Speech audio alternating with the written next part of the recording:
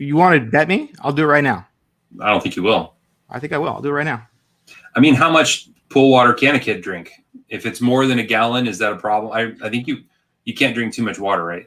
Well, they make the kiddie pools because that's how much a kid can drink. Oh, okay. Well, it wasn't a kid pool. It's like a good sized pool. Oh, that's different. Okay. A lot. Yeah. The chlorine is probably all right, though. It kills the bacteria. Yeah.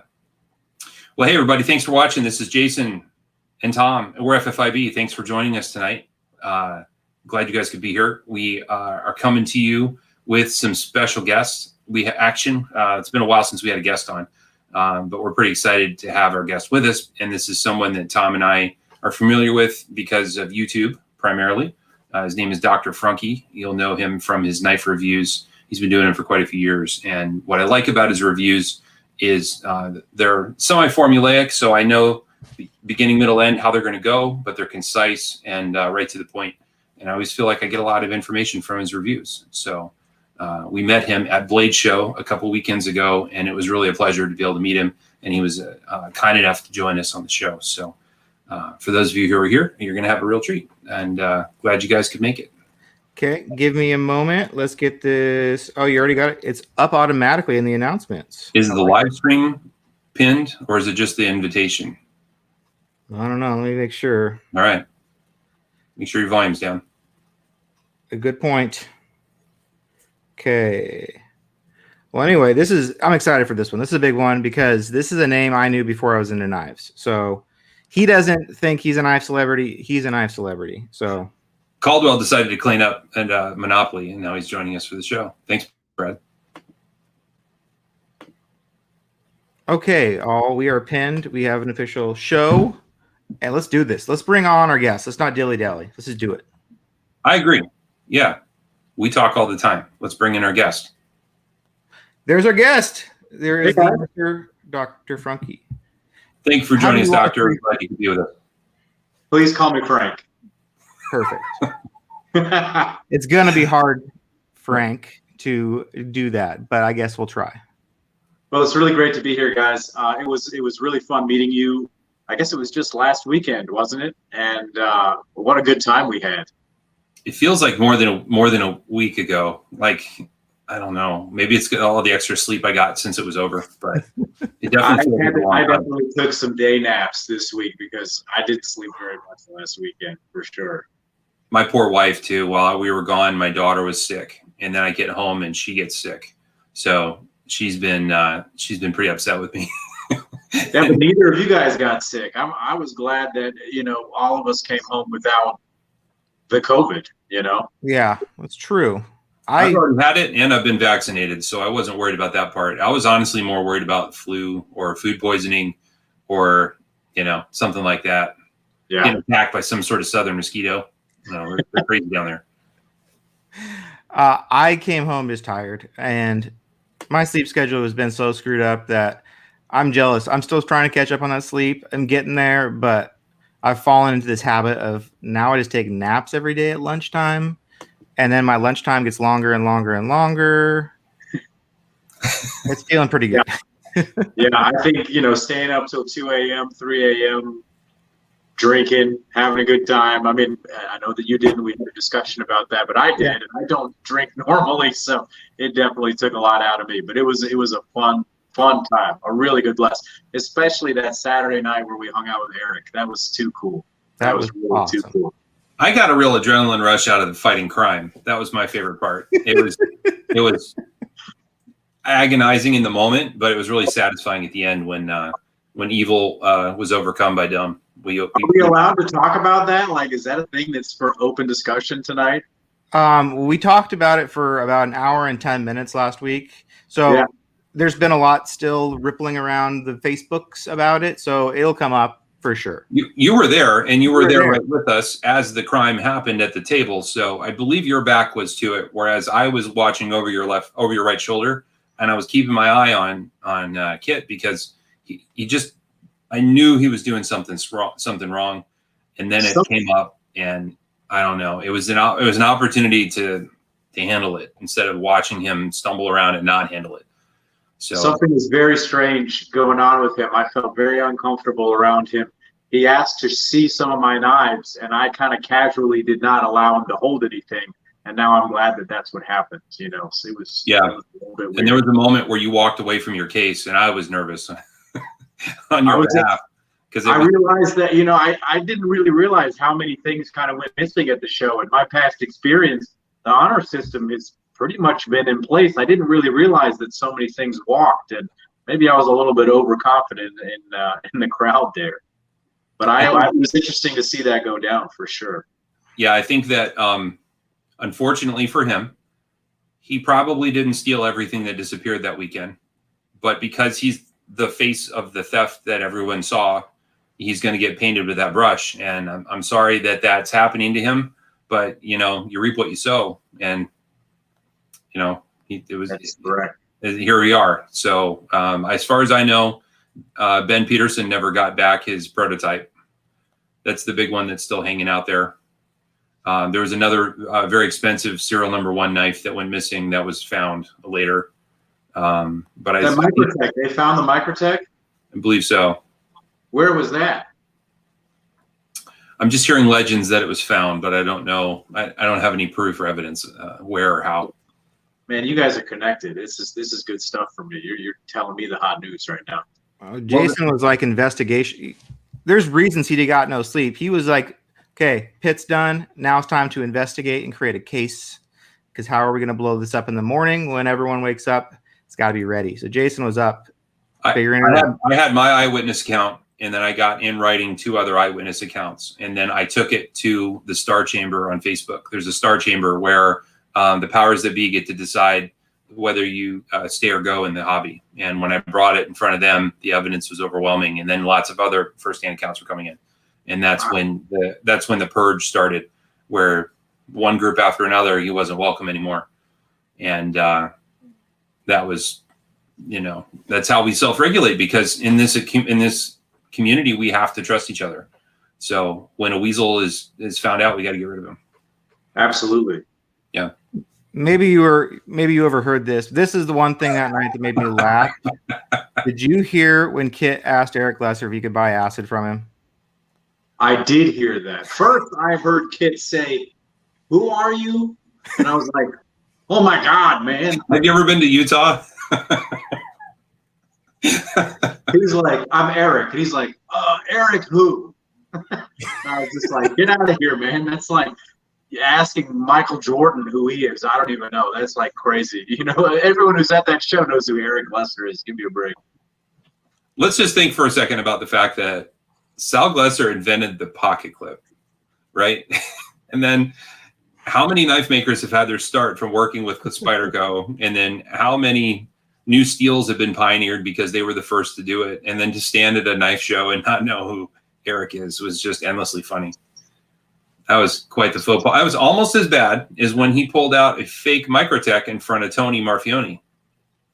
Oh, I didn't see that moment. Ooh. That was caught on video. He pulled it out and waved it around, and Tony spotted it and yanked it out of his hand and started playing with it.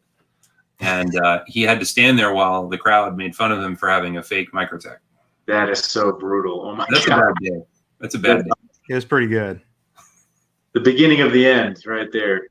Yeah. Well, it was unfortunate. I mean, we've talked a lot about how I feel about this. Like, I feel empathy for the situation, but it was definitely a little asterisk on the good time I had that weekend. Well, it definitely tainted like the purity of that show. Yeah. Well, yeah, we should talk about the good times that we had, really, because the rest of that show was really great, and it was a lot of fun to meet you guys. And that night with Eric was so cool, very memorable. It made me laugh when, like, Tom and I were nervous to come talk to you, and then we suggested we should go talk to Eric because Tom and I have talked to Eric a lot, and then you were nervous about talking to him. That was really hilarious. That we're all like 1 degree away from being starstruck.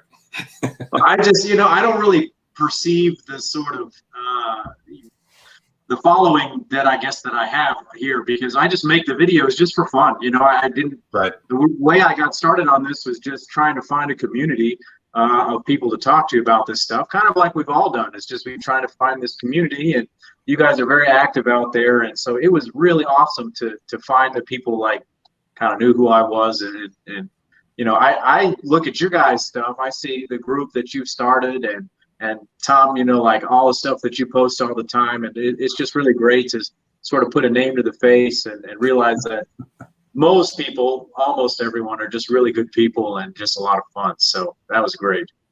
Yeah, and I think we've talked about this. Maybe we can get into it in a little bit. Just like how the knives become secondary. Like the knives are obviously important, but it's everything that goes along with the hobby. Without all the social media, without the other people, do I really need 35 pair of threes? Not really, but I want them. And it's more fun to talk about it with people and get excited about them and have things to share. And, that's part of the fun of it. It's good to know that there's somebody else out there with the same psychopathic behaviors as what we have, because we're looking for a validation. That's what I'm looking for. You're not the weirdo if there's more than one. That's right. Hide in the numbers of the whole community. Yeah. Well, maybe we can start this off on a knife-related note because it will devolve eventually. What is a knife that you either have in your pocket or within reaching right now? Well, I have a bunch of them laid out in front of me just so that we could start talking about it. The first one is this guy, which is super exciting this week. A lot of talk about this one in the group. The REC Shaman. How do you guys say this? I say Shaman. It's definitely Shaman. It's Shaman. Shabazz tries to corrupt everybody and say Shaman. We make fun of it all the time, how Spyderco comes out with names that are either made up or they're deliberately mispronounced to make everybody angry on purpose. And I think maybe Sal just thinks it's funny. But it's Shaman. Well, so when I go to Peru to have ayahuasca, I'm going to meet with a shaman. When I travel to India and I want to learn more about enlightenment, I sit with a shaman, right? So exactly. I don't know why all of a sudden it became a shaman. This had an interesting story. I went to Blade Show this year without the intent of even buying a knife. You guys mentioned that it's about the people, and I went to just see people. It's been a year or more since I've hung out in a crowd of people. And so I just wanted to go and see some friends. I realized that a few of my buddies were going to be there, and I just wanted to go and hang out with people. And I ended up with this knife on Friday. I didn't even anticipate buying this knife. I didn't even really know that REC was debuting this at the show. I went to their Instagram page just to find where their table was, and they said, we're going to have a surprise there. I ended up over there, and they had sold out for the day on Friday of that knife, and some guy came up with his poker chip and was like, hey, a dude in an avocado suit just gave me this poker chip. What am I supposed to do with this? And they said, oh, this is to buy the shaman. And he was like, oh, I don't really want this right now. I'm going to buy something else. And then I snagged his poker chip, and I went and I bought the knife. So I was like, I want it immediately. That is awesome. And it was really cool because when we went up to speak to Eric Lesser, I pulled that knife out first. Obviously, it's the only Spyderco I had on me. And you guys remember that he said that these REC versions, specifically the Shaman and the PM2, he considers to be his grail Spydercos. I thought that was really interesting to hear him say that. He likes those knives. I brought my pair of 3 with custom scales because I knew he likes those knives. Yeah. They're just too cool. There's something about that blade finish. There's nothing else like it in the production line. So it's just, it looks so good. I like that it doesn't look like any other blade in their lineup. It's just such a standout, interesting looking thing. In the sunlight, it's just gorgeous. It's surprisingly durable. I find it more durable than the DLC in terms of consistency in the way that it looks. Now you can touch it and it'll get oily and you get some schmoo on it. But if you just wipe it with a little bit of mineral oil and a microfiber cloth, you can restore it back to new. And it really holds up well. PVD coating is very, very, very durable. And I hope they do more of it in the future. I do too. I know that you guys might have a little bit more of a finger on this pulse, but I've seen a few of these 204P blades crack. Thank you for bringing up the biggest, 204P gate, we can talk about that a little bit. But, it's something that people talk about. It's something that I have just anecdotally seen. A bunch of people post their pictures of those blades with the hairline fractures right below this. And so I'm curious to see what happens with this. This is a little thicker grind. Maybe this will stand up a little bit better. I think you'll probably be safe. Every time, it doesn't matter what the steel is, but every time we see a cracked blade post get put up, we like button down the hatches. Stuff's about to get real annoying, really crazy right now. People are going to start selling off their whole collections. Last time it was a Maxmet blade, so Maxmet became the new dirty word. It's Maxmet. I mean, I've never experienced it with any of those knives. I don't really hard use the knives, but I've broken down tons of boxes and all kinds of things with all these blades, and I've never had a problem with it. So I'm sure it just happens in any billet of steel. No matter what you're doing, there's going to be some impurity somewhere. It's just going to have trouble. So let's get real for a second. Like, when you consider the blade shape, what is the weakest point in the design? It's going to be right below this giant hole that's drilled in the area where the blade is the strongest, and then the line radiating off of it is the place where it's most likely to fatigue. And then these 90-degree cuts where they do the plunge grind right here, right there, you just know that's going to be the spot. So that can be the weakest spot. And the trade-off would be we could all buy knives with the thumbnail openers instead of a hole in it, and it would be stronger. But that's not what we like about Spyderco. We like the thumb flick action, right? Or we like the Spidey flick action. That's right. And Tom and I are very careful about paying attention to the broken blade gate. And what we've noticed. Let's be honest, it kind of looks cute. It's like a little bird. It's kind of a thing. It looks like a little animal. And I think that's a part of the appeal. Everyone is just like, oh, my little Spyderco. So what we've noticed overall is that less than 5 of these have cracked. Of all the PM2s and the Para 3s combined, there's less than 5 that have cracked. So that's a couple thousand blades, and we've seen 5 crack. And I would guess that the failure rate of that blade is no different than S30V or any other blade steel that they make. But because there's a panic around it, we get this confirmation bias where the next one comes out and we go, oh, well, then they all break. So and if there's somebody that knows, it's you guys. I think that Tom was busting out all the numbers and the facts of every single run. Oh, they made 418 of this one, this and that. And you guys know. So that's reassuring. That's really good. If you think about also, like, no one complains about 20CV having the same problem, and no one complains about M390 having the same problem. And when you add up all the blades that have been made with those steels and add it to the 204Ps, now we're dealing with, I don't know, 15,000, 20,000 knives and just the exclusives. And how many have broken? Again, it's like less than 10 of all the knives that we've noticed in the 3 years we've been running the group. It's just, it's an overblown problem. And I'm sad for those who are selling their collections. There is a guy right now in the group selling his knives that he believes might be more fragile. So he's just arbitrarily picking steels that he's worried about, and he's selling those off because he doesn't want it to happen to him.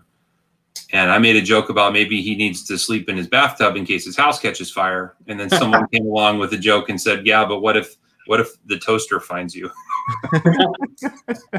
That's right. You got to just live your life and just deal with it. Because at the end of the day, I mean, it's like a $200 knife, maybe this was $240. Like, are you going to be put out of your house if your $200 knife breaks? No. Go buy Medford. Medfords probably don't crack, right? They're made out of a different steel that's not very strong, or excuse me, it's not very brittle. And there's 5 times as much steel as there needs to be. And that's a knife where you don't need to worry about it, right? But if you're going to buy a thin slicing knife with a giant hole in the middle, that is a possibility. So just got to know it. That's right. How I see it. So it's not something I think about or dwell on. I've never had one happen to me, but I'm just me and I'm not everybody, right? But when we look at everybody in the group, it's not a massive problem. And to everyone watching, it's not like we're being callous and like, oh, it happens, too bad. If it happens to you, it sucks. I'm not going to say it wouldn't suck. If my Rec Para 3 got a crack in it, I'd be really upset. But it's just the anxiety that comes out of that for the community as a whole is probably worse than it happening. You know what I mean? Absolutely. All the talking and like, oh, now I can't use it. I'm like, it's okay. But don't don't change how you live. It's because someone's blade cracked. It's not a big deal. Just use it. You know, the other Spyderco I have is this Sage 1. That's a good blade. That's good. I have used this thing a lot. I have broken down a bunch of boxes. I have used it for all kinds of things, food prep, all kinds of things around the house. This is a very thinly ground blade. And this Maximet, we know, is super hard and, you know, theoretically very brittle. If this blade hasn't had any problems, I'm not worried about anything else, you know. So those freak accidents, I'm sorry to bring it up and we dwell on it. Absolutely. It is what it is. You ask the tough questions. That's what it is. That's right. That's right. I'm trying to get to the bottom of this stuff. I want to know. Because, you know, part of my whole interest in the hobby is this material science. I was a chemistry major in college, and so Spyderco, the huge appeal for me is that they do all of this stuff with these different steels, and it has taught me so much just to see the breadth of their steel selection, and it's so much fun to learn about it.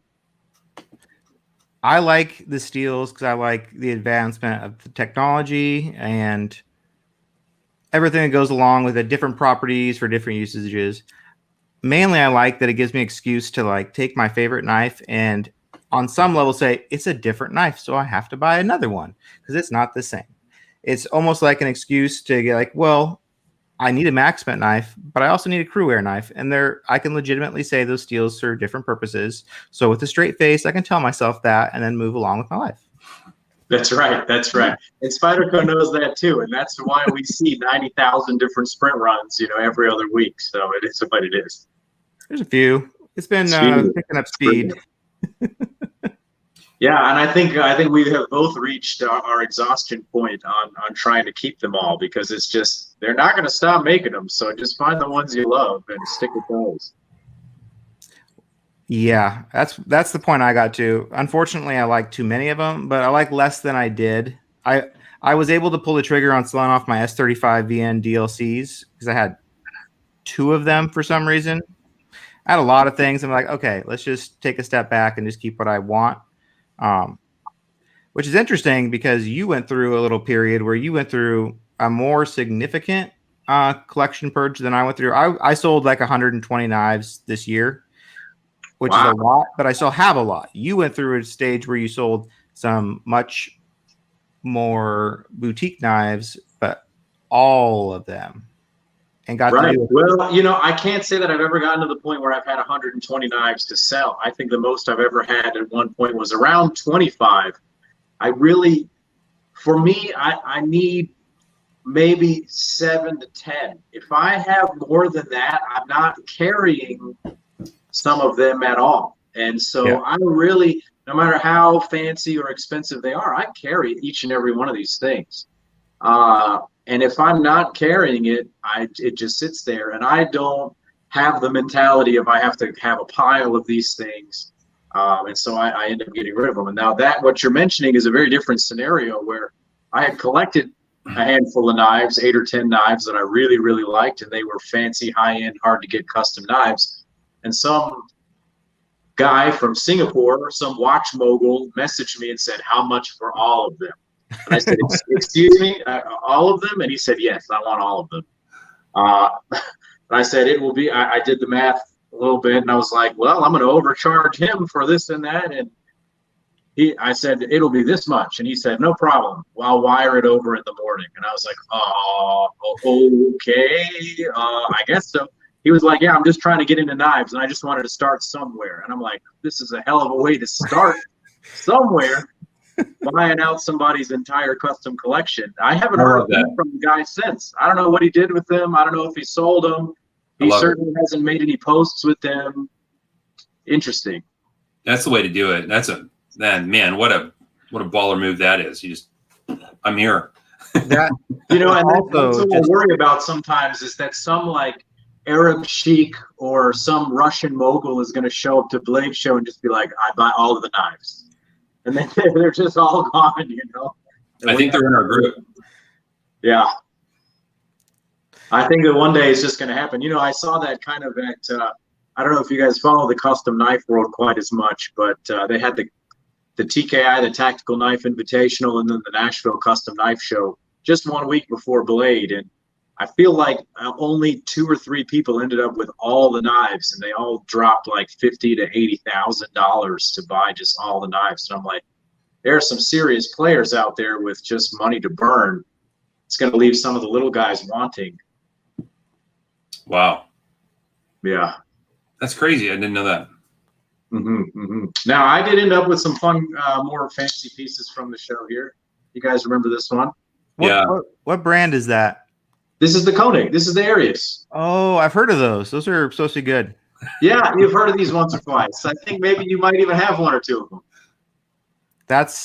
I wish I bought that one too. I really want a DLC, especially after hearing Garrett from Koenig talk about the DLC process and how good it is.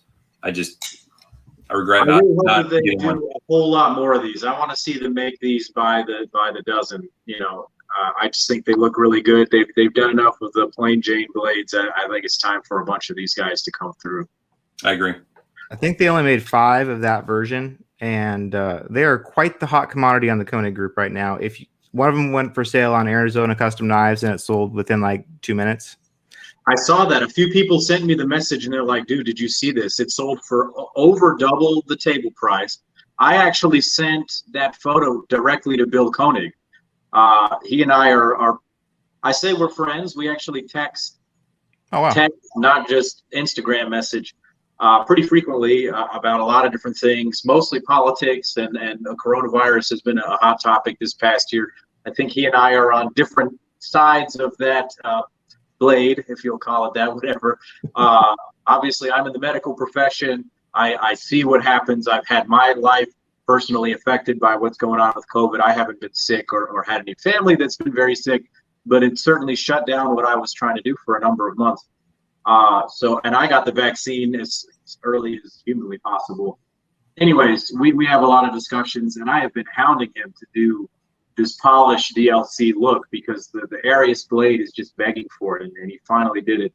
And so, I did what had to be done in order to get this piece, and I got it. Okay? I'm not proud of it. I'm not trying to say anything, but like, I got this blade because I had to get this blade. I'm not going to resell it. I just needed to have it. This is one to keep. Bill is a very special guy to me. His family is very special to me. Every time I'm there at the show, they take time to speak to me. His mom remembered who I was and asked me about my training, and she used to be a nurse, and so we just have this. They're just these wonderful humans, and so she was very sweet. She was working the lottery table when we were at the booth, so I got to talk to her a little bit. She was very nice. Wonderful human beings, all of them. Just great.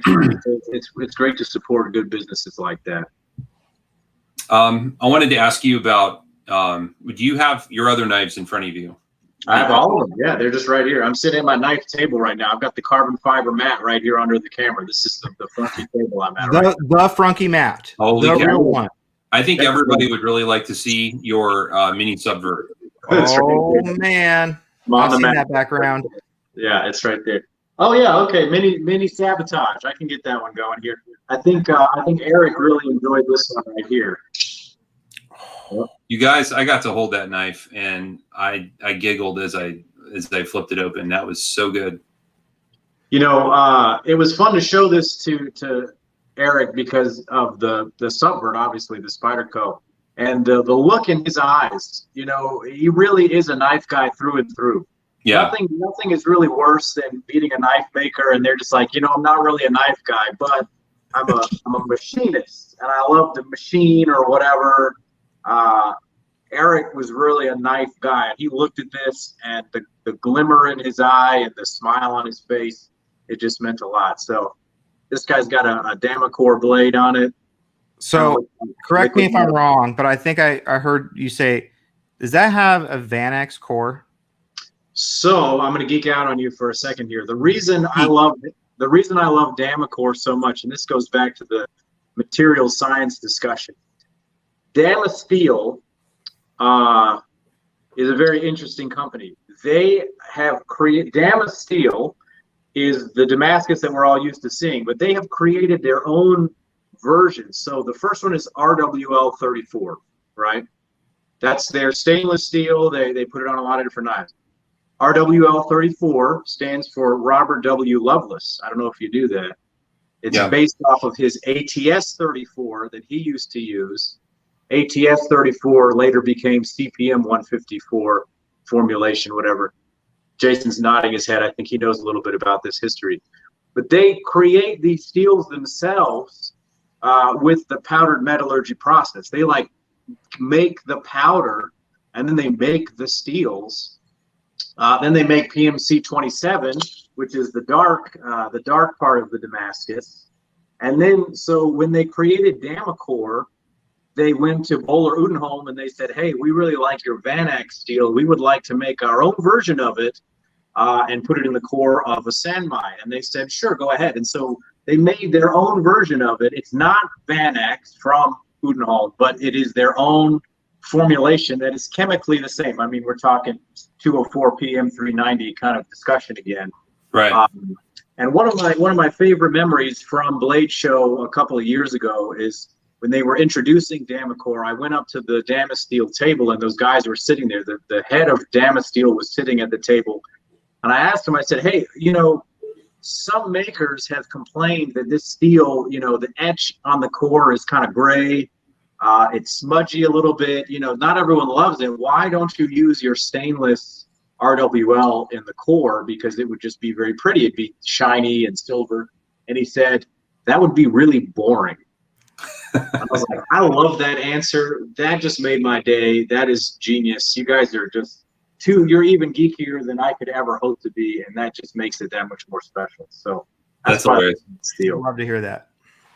Yeah, I'm a steel nerd too. I really enjoy trying the different steels. One thing I really like about the PM2 lineup is that you're eliminating all the variables and you're able to test steel to steel across the blade, across the knives, and I love that part of it. And yeah, when I held that knife in particular, it just really non sequitur. But when I held that knife in particular, just the feel of it in my hand, the way that it opened, it was wonderful. And I'm already a big Subvert fan, so being able to hold a custom like that was a real treat. You know, the Subvert gets very close to the feel of an actual Black Snow. They did something different with how they made it, and the Subvert is honestly pretty close. And I know that eventually they're going to come out with a smaller version. It just takes them that long to tool it up. There you go, very nice. First time I opened one of these, I was at Blade Show West at the Spyderco booth, and I actually out loud verbally giggled because I had so much fun opening this thing up. It's like I just opened a sword and it made a cool noise and it shot open. This is the coolest thing. The weight of that blade is just really, really impressive. Yeah. Jake Wright from Bearded Gear named it the Danger Banana.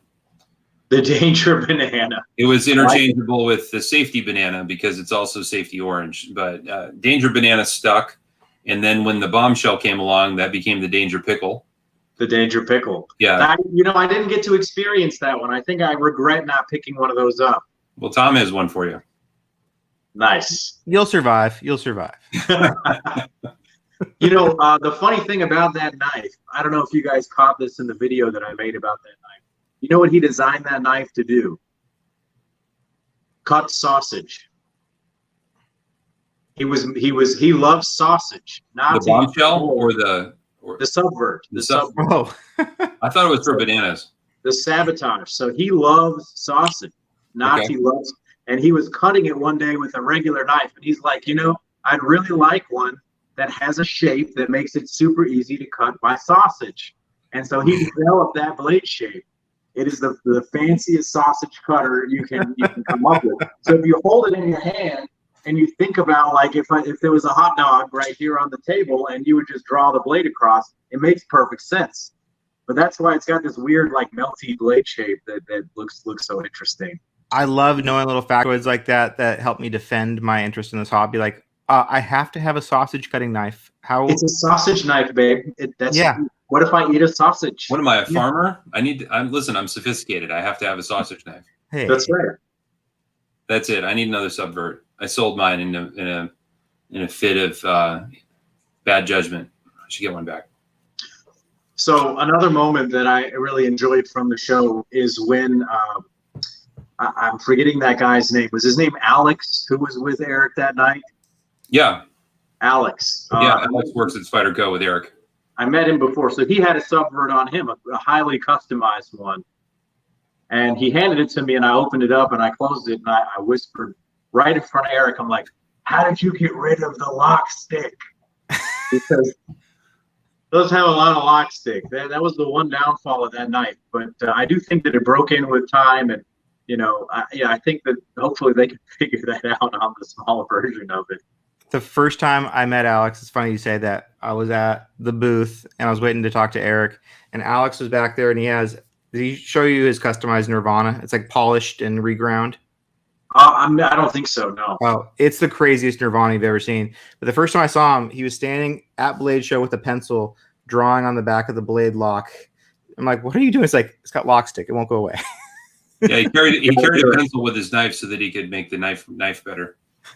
But what I got an appreciation for was that when I got my custom Black Snow, it has lock stick a little bit, just a little bit. It's broken in, but I realized that they probably designed it with the same lock geometry that Nati puts on his knives, and so it has lock stick by design. And I'm sure you guys are aware that lock stick actually means that your lockup is ultra strong and it's not going to fail on you. And so it's annoying to the people that like these smooth knives, but if you're really into knives and folding knives, it's actually not technically a bad thing. It means your lockup is actually even better. What you need to be worried about are those knives that have absolutely no stick where it just glides away. That lockup may not be quite as secure. And so it's a thing. It's interesting. I'm not sure I'm with you on that. That's kind of like when you talk to a mechanic and they tell you they like to drive GMs because they're easy to work on. It's like, or you'd buy the car that you don't need to work on. That is a thing. It's a thing. And I just try to justify it in my own head. If I have a knife with lock stick, I just say, oh, it makes it even better. It's fine. It's totally it's funny that you say that. It's because there is some knives, and I've heard this, and maybe it's just people who have a Shiro, but everyone says Shiros, they have a Shiro stick. They don't have lock stick. They have Shiro stick. They do. And it's not like it does feel different. It's not like a snap when it unlocks, but it's a little bit more pressure than you're used to. So what do we call it when you have a Spyderco K2 and the lock bar needs two hands to unlock it? What's a two-hand unlock called? You gotta put a screwdriver in to get the lock open. Right. I thought you were joking. Whew.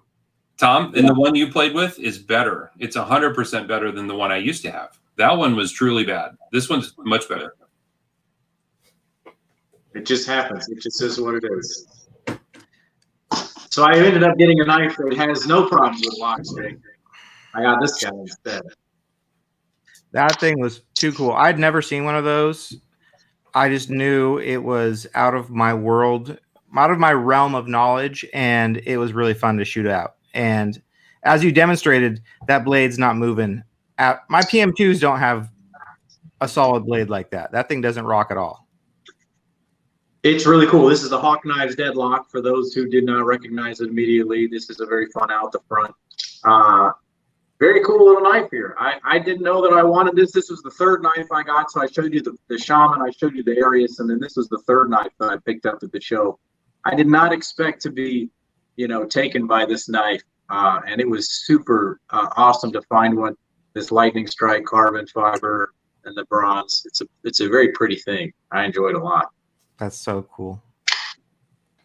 It's just ultra illegal most places. But I'm moving to Florida in a couple of weeks, so I don't think anything is illegal there. So yeah, you can do whatever you want except kill alligators. That's still it's still illegal for some reason, but they'll catch up with that soon enough. Eventually. Yeah, I'm sure Ted Nugent will solve it. Wait, so where do you guys live? Where are you guys right now? I am in Portland, Oregon, which is funny living here because most people assume I live in the super liberal anti-weapons and anti-knives kind of state. There's more knives made in Portland, Oregon than any city in the entire world. So it's very permissible.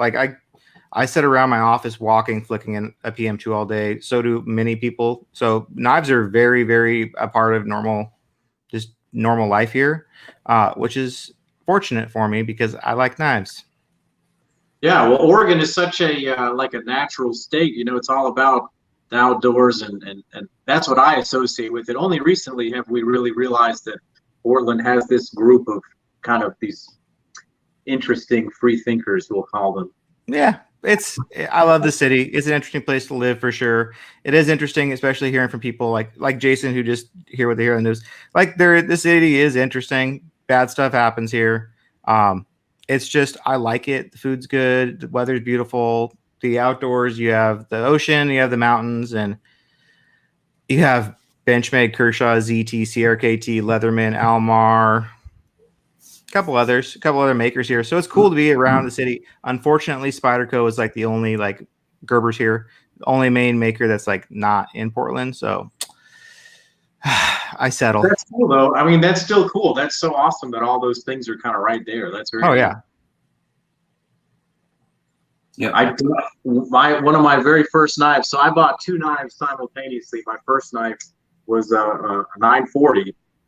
Like nice. folders that I intentionally bought for myself was a 940, and I bought a Domino, the blue carbon fiber Domino, which was also a great knife. I missed that knife. That was a really good one. I was really hoping you'd say that you didn't like it and that you needed it into a canyon in Southern California, but that's okay. I mean, obviously I don't have one right now. I didn't like it that much. I still have a 940, but just because that's a 940. The Domino wasn't a perfect thing, but I really liked it when I got it. You know, that was my first like experience with the Spite flick and all that. I trained on it with all that stuff, so that was an eye opener for me. So Frank, I wanted to ask you about what is it that you like in a knife? Like if you walk up to a table and there's something on it that you've never seen before, what is it that will draw you to it? Is it visual first? Is it tactile? Is it the experience of the flip that draws you in? What is it that makes you passionate about wanting to buy a knife now? That's an interesting question because we discussed that our tastes evolve over time. We kind of take the shotgun approach at first, and then we kind of hone it down over time to what we really. The things that attract me to knives are sort of ingenuity. At this stage, there are 1,000,001 different frame lock folding knives that are out there. So what sets this knife apart? What is different about this knife? I like this Arius because this has DLC on the blade. It has a unique DLC finish. It has this carbon fiber. I really, really love this carbon fiber. Yeah. It's a materials thing. For me, it all boils down to materials science. And that may be unique to me, but I know that other people feel this way. The way I feel about knives is they're all very special. They're all more or less the same. You can buy S35 and titanium flippers all day for $80 or $100, whatever. What I'm looking for is what combination of material science have you applied to this product, and then engineering. You know, you get into the deadlock, you get into some engineering here. What is the ingenuity that's going on here? Even with the REC Shaman, you know, they have Cerakoted this knife. It is different than pretty much the rest of the Spyderco lineup. The steel is okay. I mean, it's a great steel, sure, but you know, 204P M390, you can get that on a million different knives. This one has the Cerakote. That's what made this one special. It was interesting that all three of the knives that I picked up at the show are all coated blades. You know, why do I have this Sage? Because it's Maximet. Why do I have that? Why is that Black Snow special to me? It's that Westinghouse micarta. It's the way that this stuff was made 50 years ago that they don't make it this way anymore because this stuff is more durable because it's infused with like asbestos. They don't do that anymore. All the good stuff is illegal now. Yeah, it's illegal now. And then you've got, of course, the Damocor blade, which we discussed. Yeah, you're going to tell me I can't eat it. Listen, don't eat it. Don't use that part as the spoon. You know, and then you guys saw this one at the show as well. You know, this has that micarta in there. This is made by some folks out in Idaho, the G-Carta folks. And then, then you add the material science to the visual. Obviously, I have evolved from pretty much all production knives to mostly custom fancy pieces. And so it goes material science, number one. Number two is the visual / artistic side of things. And then number three is, can I use it? Because I carry and I use my knives. A lot of people are like, I just need a $110 because that's the knife that you use and that's the greatest knife and whatever. Those are the things I'm looking for. You can use any knife as a knife. Let's be honest. You can use the Dolica as a knife, more or less. I think I have one of those sitting around here somewhere. Thanks, Keith. You have the certificate too? Yeah. But it's the materials, then Right. It's the artistry, and then it's the usability. Those are the three things that I'm looking for. I'm finding that the personal relationship with the builder is becoming more and more important to me as well. If I find that the maker is not likable or unpleasant or doesn't want my business or treats me with contempt, I have no interest in their knives at all.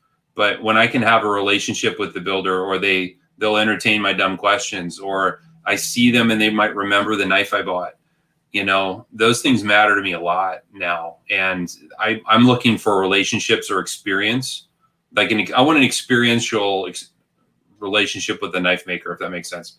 To me, that's important. And I'm finding myself attracted to some and not to others because of that. I think that's icing on the cake. Like the Koenigs, like the Hawks, they're great people. And obviously the Glesters are wonderful people as well.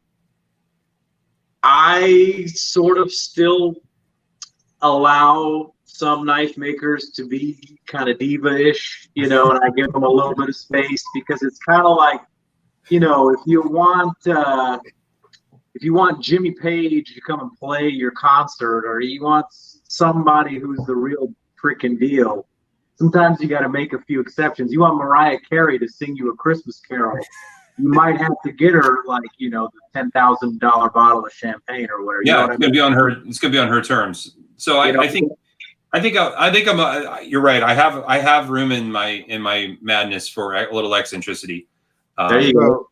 These are both excellent knives. I'm not going to say anything specific, but one of these knives I like better purely because I like the maker better. And they're both wonderful knives, but it's that extra little factor that really figures into how I feel about this knife. This knife I like better. Because I really like Brian. And Brian's an awesome guy, and this is an awesome knife, and it's made really well. And the fact that Brian was behind it makes it just that much better. I fully agree with that. It makes and the reputability or disreputability of a maker can spoil a knife. I'm going to bring this one back out briefly, and we're just not going to talk about the obvious problem with this maker that I'm pretty sure that everybody knows about by now. Sometimes the love of the thing goes beyond whatever else. So that is a thing. This is the knife that I got into custom knives for. This blade right here, this shape is the whole reason. I watched a Jim Skelton video and I was like, I can't buy any more Spydercos. I need one of those. And so eventually I got like a handful of them. Obviously, Mr. Fisher has run into some trouble since that time. And, that spoils some things a little bit. So I agree with you guys on that. Totally. My other hobby is guitars, and I have some. Look at all those. I have some music equipment that I co-designed, and I was able to sit down with the raw materials and then pick what I wanted, and then tell them broadly what I wanted it to sound like, and then they built it to my request. And I really cherish that relationship that I built with the builder during the process. But then I also have some devices here that it took me 10 years to get them, because the builder is eccentric, or their books fill up faster than you think. Or once you're on the books, then you got to wait 3 years past the time. Then they tell you you're going to get it. And I just talked a minute ago about how like the relationship's important, but there's ridiculousness and an absurdity that makes me laugh in the ones that, you know, can't get their act together. So I don't know, maybe in that case, the story is worth it. Like the journey was so difficult, and the other side, I'm happy about it. It's true. 10 years is a lot of patience, though. You know, I try to say that I'm a patient guy, and I'll wait a year or 2 years for a knife, but I don't think I haven't even been in the hobby 10 years yet. So 10 years is really pretty admirable right there. That was hard. That was hard. Yeah. I'd show you, but I don't even have it here. I loaned it to my buddy. Well, that's nice of you to give away such a precious thing to somebody to try out. I do remember I saw a post from Tashi Barusha where he said he had been waiting for one of the Scott Cook lock saws for 9 years. I thought that was an impressive wait period right there. Yeah, it's a long time. Yeah. What about you guys? So what did you guys end up with from the show? What do you have sitting around from the show that you got? What I have is in the mail headed to me since I didn't bring a carry-on, so Jason had to mail it back to me. But okay. I got an Arius Style 57 was my big score of the show. And I mean, I have a carbon fiber blasted blade Arius, and I love this knife. Me and Jason, this is kind of the big step up from a PM2 we usually suggest to people when they're starting to look at getting into high-end American-made knives. We say, just get a plain Jane Koenig Arius. You'll guarantee you'll be happy. Worst case scenario, you sell it and either get your money back on the secondary or you make money if you got it on a drop. So, I think often too, people escalate within the Spyderco world, and then all of a sudden they're like, should I get a Nirvana or a Payson? And we'll go, get a Koenig. Yeah. Get a Koenig, yeah. 100%. Yeah. So I got the 57, which that made my show. I was satisfied with the whole trip just getting that. But I got a Rex Shaman, a knife that I have been literally watching, and it'll be interesting to see your take on this. Yeah, I'm wearing a Koenig shirt right now. Where is this? Oh, good. Whew, I almost wore that same shirt. Nice. But I was kind of cold. I was cold. Sure, brother. But in 2018, I went to Blade Show West and I met Liang Ma, and I just love his designs. His designs are beautiful to me. And for some reason, I've just never pulled the trigger on one until this time. I was like, okay, I've been oogling these things and bought a ton of stupid knives I didn't need in the meantime. So let's just try it. So I bought a Warrior 2 V3, and it's, to me, one of the best looking knives. It will be the best looking knife to me that I own. I think it's a very attractive design. It is. And since then, I've bought 2 other Liang Ma's that are on their way. Actually, one of them's right here. I bought this one since then too. Nice. That's one of the new ones. The new Koof. The Koof, yeah. This is Koof 4.0. So I really liked buying that Warrior, and got the Shaman, and I got a Microtech show special. I don't own the at the fronts, so my first out the front. I have always enjoyed the Microtechs, and every time I get one, I'm like, why did I spend so much money on this knife? And then I sell it, and then I'm like, man, I wish I still had that knife because they're so much fun to just sit here and do this all day with. So that's awesome. That's really good. And the dual edge was a good choice. I feel like usually they just bring all the blades that they don't sell, all their bayonets that they don't sell. But this year they brought the dual edge, which was nice. So that was really good. Nice pickups. That's really good. And Liang Ma, what a good human being too. You want to talk about people liking the makers. Liang Ma is probably one of the most likable dudes in the whole industry. He's just a very kind human being. It's really good to hear you say that, because I don't know the story of whatever. People go, oh, what about the drama? And I'm like, I don't know what you're talking about. He's a nice dude. I've met him 3 times, I think. He's just really nice to talk about too. And everyone brings up like, well, he had that drama with the knife and this. And I'm like, I don't know anything about that. All I know is he's a really cool guy and he has beautiful designs. So in my understanding of that situation, he loaned some knives to a up-and-coming YouTube reviewer who promised him the world. He said he was going to make these high-quality professional videos. He wanted money for it. And Leon, I guess, fell into a trap where he thought he was going to be getting something that he didn't get, and the guy ended up screwing him over.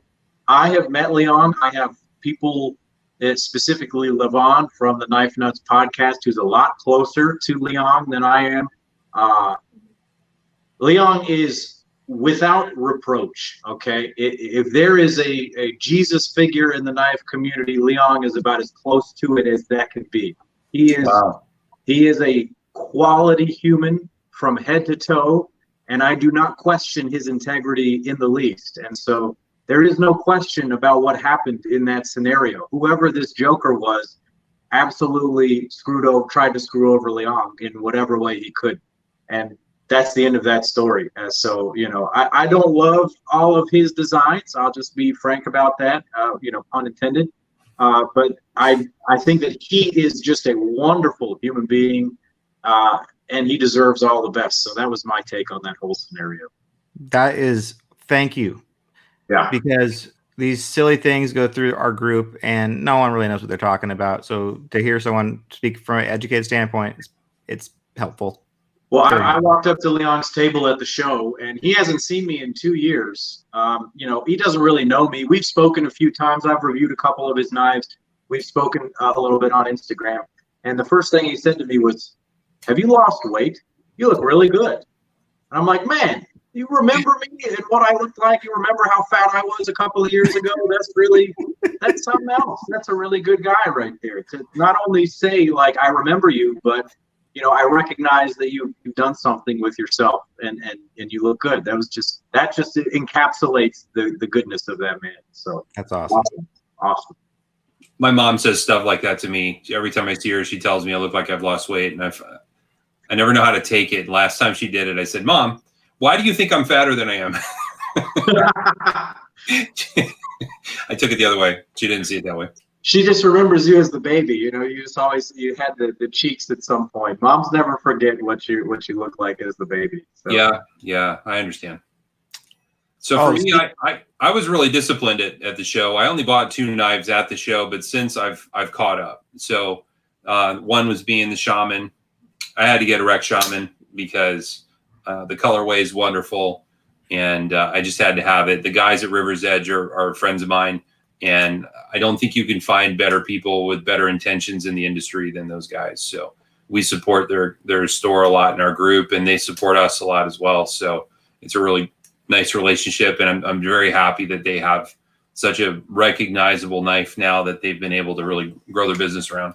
I have to give you guys props for coordinating with them on a few of these drops. You've really allowed the members of this group to get in on this pretty early. So huge props for that. Thank you. I've benefited from your emails and stuff, just like any other member of the group. I don't get anything special, but you guys send us the emails and I go in for it, and it's really great. So thanks for that.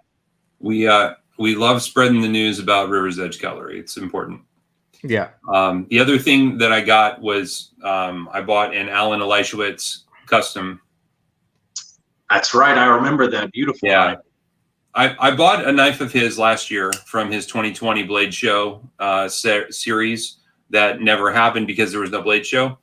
But in 2019, Tom and I stopped by his booth, and we were in love with what we saw. Really beautiful knives on his table, and we had already spent all our money. And then all of a sudden, we find this guy making these out of these world knives that were, in our mind, very reasonable for what you were getting. And getting to know him a little bit through his Instagram account, I really admired his style. I admired the way that he makes knives. And so when we struck out at Brian Brown first thing on Friday morning, and then walked over to Koenig, and it felt like everything was gone at that point, I remembered that Alan's booth was down the way and around the corner. So I went over there, and I found that he had made 4 folders for the show. So if you follow his Instagram, you know that he has a guilloche machine. It's a rose indexing machine, I guess is what it's called, that allows him to do this really unbelievable engraving work on his knives. And he managed to whittle out 4 of these in time for the show. And I just couldn't say no, because I knew how long it took him to make this, and I knew how long it took him to set up that indexing machine and make it go. So I was really impressed with it. So He is really a legendary maker. He is really very an awesome guy too. It's funny. Right after the show, we did a tactical folder seminar for self-defense with a knife. I know he co-designs some, if not most, of the Hogue line. So the Hogue knives are more or less his production knife. So if you like his designs, you can find echoes of them over there. I know he's worked with with Benchmade in the past, a couple different models, probably other makers that I'm not thinking of at the moment, but he couldn't meet a nicer guy. And I just like the fact that he gives back so much of his knowledge to the industry as well. So his Instagram is full of like 30 to 50-minute videos about how long should your lock bar be, and then what angle should you put on the lock bar so that you don't need a lock bar insert, but you're also not going to get blade stick. His knives never have lock stick. You just don't have them. So anyway, this is not my normal thing. I don't normally collect customs, but with him, I made an exception and I went in on it, and I don't regret it. It's a gorgeous knife. The smart fact that you were talking about his stuff for 2 full years, it's interesting because me and Jason went 2 years ago, and we thought we knew what we were doing in this hobby, but we really didn't. And we get there and we were just overwhelmed by some of these things that we thought were out of our world, that we wouldn't be accessible to us. So it was neat going back and be like, oh no, Jason can buy one of these things and it's okay. And that's how this hobby has evolved for us. And that's really cool. Yeah. Do you want to buy a secondary Swish buoy, or do you want to get an Allen Leishwitz? They're going for about the same prices nowadays. Yeah, I mean, I don't know. There's a lot of knives in that price range that don't have nearly the amount of attention or attention to detail, attention to materials. You know, if you love exotic materials, his knives are about as ridiculous as they get in terms of just the overall aesthetics. So pretty ridiculous. And his prices, in my opinion, are too low compared to his peers. You know, you look at other builders that are more famous, that are in the same level of respect as he is. They're charging 3 times more than he is. So to me, it seems like a good value. But he's got a lot of innovation in his knives too. I talked about, what I like in knives, and he created his own lock, a couple years ago. Yeah. Very innovative guy. Very nice. Very cool. Based on Tom's Warrior and how you are the reason. I think you were the first person I saw with Aramis scales, and now I'm pretty sure I'm his best customer. So thank you for exposing me to that. You're welcome for the deep carry option on that. Aramis, one of the things that, we're just going to go off on another tangent here. One of the things that I got into before I really got into custom knives was sort of pimping knives. And you guys are aware of that, if you follow the channel. That's sort of a stopgap. I feel like people, they get into buying the sprint runs, and then they're like, I have 15 PM2s, do I need another one? What I need to do now is customize it. That's always the next step. And so I just put a question out there sometime a couple of years ago, who's your favorite custom scale maker?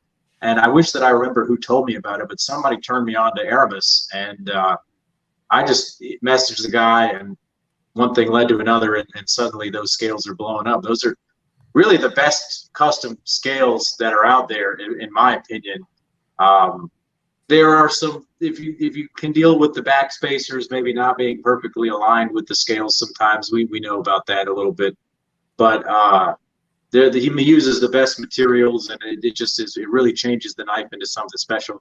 And then he wasn't making it with the deep carry option, and I'm like, dude, you got to do this. You have to do it. And he said, okay, I can do it. Let me just do some CAD work real quick, and then he did it. And so make sure that you specify that, though, when you're ordering. You better tell him, because he'll send you the regular ones. I think he's getting to a point where he's now realized, oh, that's what people are going to do. So he actually points it out now. If you send him an order, he points it out if you don't specify deep carry. At least he does for me, because he knows me. But nice. I'm going to send him a bag of 1/4-inch long clip screws, because that's the other question that always happens is his scales are rounded and thicker. They take longer clip screws, so you have to find those. Yes. His new ones, he's solved that problem. And the clip mount, it works for standard clip or deep carry on his Raptor scales. Got to have the blades we love hardware sitting around, just the extras ready to there go. There you go. That's right. I just want to burn through some of these comments before we keep on going. The other knife, I want to say one more thing. Based on Tom's Warrior, in my experience with his Warrior, when I brought it home with me and played with it, I ordered a Model 18 from Leon. So that's his 18th anniversary knife. It's an integral and completely sick. But I haven't even held one, but the Warrior was so good, I knew I'd like it. So that's the one with the Loveless type grind, right?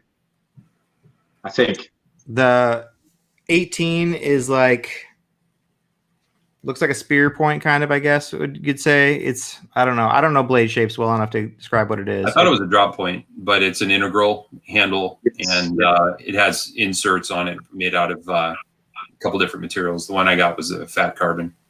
Nice, very nice. Yeah. Okay, since this is going to come up, let's just address it now while everyone's here. Blade Show, River's Edge Cutlery had 100 available. I don't know how many actually got given out. If you had the poker chip, you could come and get 100 of those shamans. So I know you guys last week were having a freaking panic attack until like Wednesday when you're waiting for that knife to drop. So I hope I kind of calmed that by kind of just saying, just chill. Well, it's time to get a little anxious again. It's going to be an unannounced drop. I will say, and I think Rec would be okay with me giving this time frame. It will be between Monday morning and Thursday evening, sometime in that time frame. This coming week, it will drop. Let me give a little context. Let me give a little context as to why this is.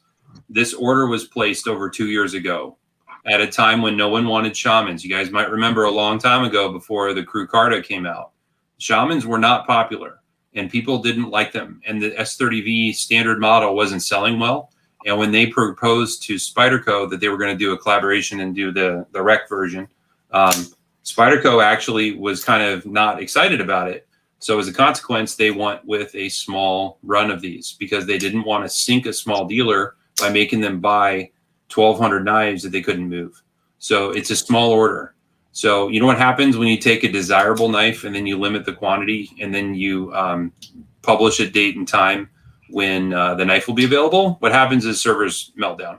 So the only preservation to keep the server from crashing is to not, you want a ramped up acceleration of purchases. You don't want to slam as everybody F5s for an hour before the drop happens. So that's why this is Cloak and Dagger. It's not to make you upset. It's not to make anybody projectile vomit. It's because of that. If the server crashes, no one can get them. This is to help the whole experience. I know it may be stressful not knowing the exact date and time, but I will say this. Since you guys are watching, well, some of you are watching on YouTube. If you're watching on YouTube and you're not in the Facebook group, join the Facebook group. The Facebook group, watch the group for the next couple days. I'm not going to say it's live until it's live, but I will give hints when it's coming. I will try to prep you guys so you have some idea. But the best thing you can do, go to River's Edge Cutlery's website as soon as we're done with this. Sign up to get email notifications when they're in stock. And I know some people like to complain like, oh, it doesn't work. Their site I know works because I usually sign up with 2 emails. I suggest signing up with as many email addresses as you have if you want to get notified. Because like my work email comes faster than my Gmail sometimes, or vice versa. Watch your email, sign up for notifications, and then jump on it.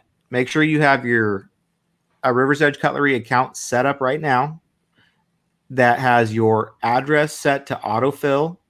And if you want to play like a pro, you have your credit card set to autofill on your web browser. That's the key to checking out fast. So like Jason was mentioning, this is an unannounced drop. There's less than 600 of these, like quite a bit less than 600. And some of them there's not a ton of them. So this is a small run. So there's a reason this is not announced because this would explode their website. Yeah. And fortunately or unfortunately, depending on how you look at it, shamans are now incredibly popular. And, you know, when Cutlery Shop dropped their orange shaman, that's been much anticipated for over a year. I think 900 pieces sold in less than 10 minutes. So it was 2.5 minutes, I think. 2.5 minutes? 2.5 minutes. Okay. So that's a couple knives, right? It's a couple knives. Yeah. One unique thing about this drop, I'll just say this.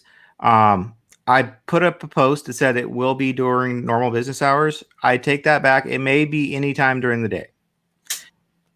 They're still batting around the actual details of it, but don't stop watching your emails when it hits 5 o'clock Eastern time. I'm just saying. Pay attention. That's enough hints. Yeah. All right. Man. You guys are special because you're watching the show. Yeah. Hopefully the people who are all watching this will grab one. That's good. I hope you guys all get them first, and then those who don't watch the shows will go, man, I should watch the show more.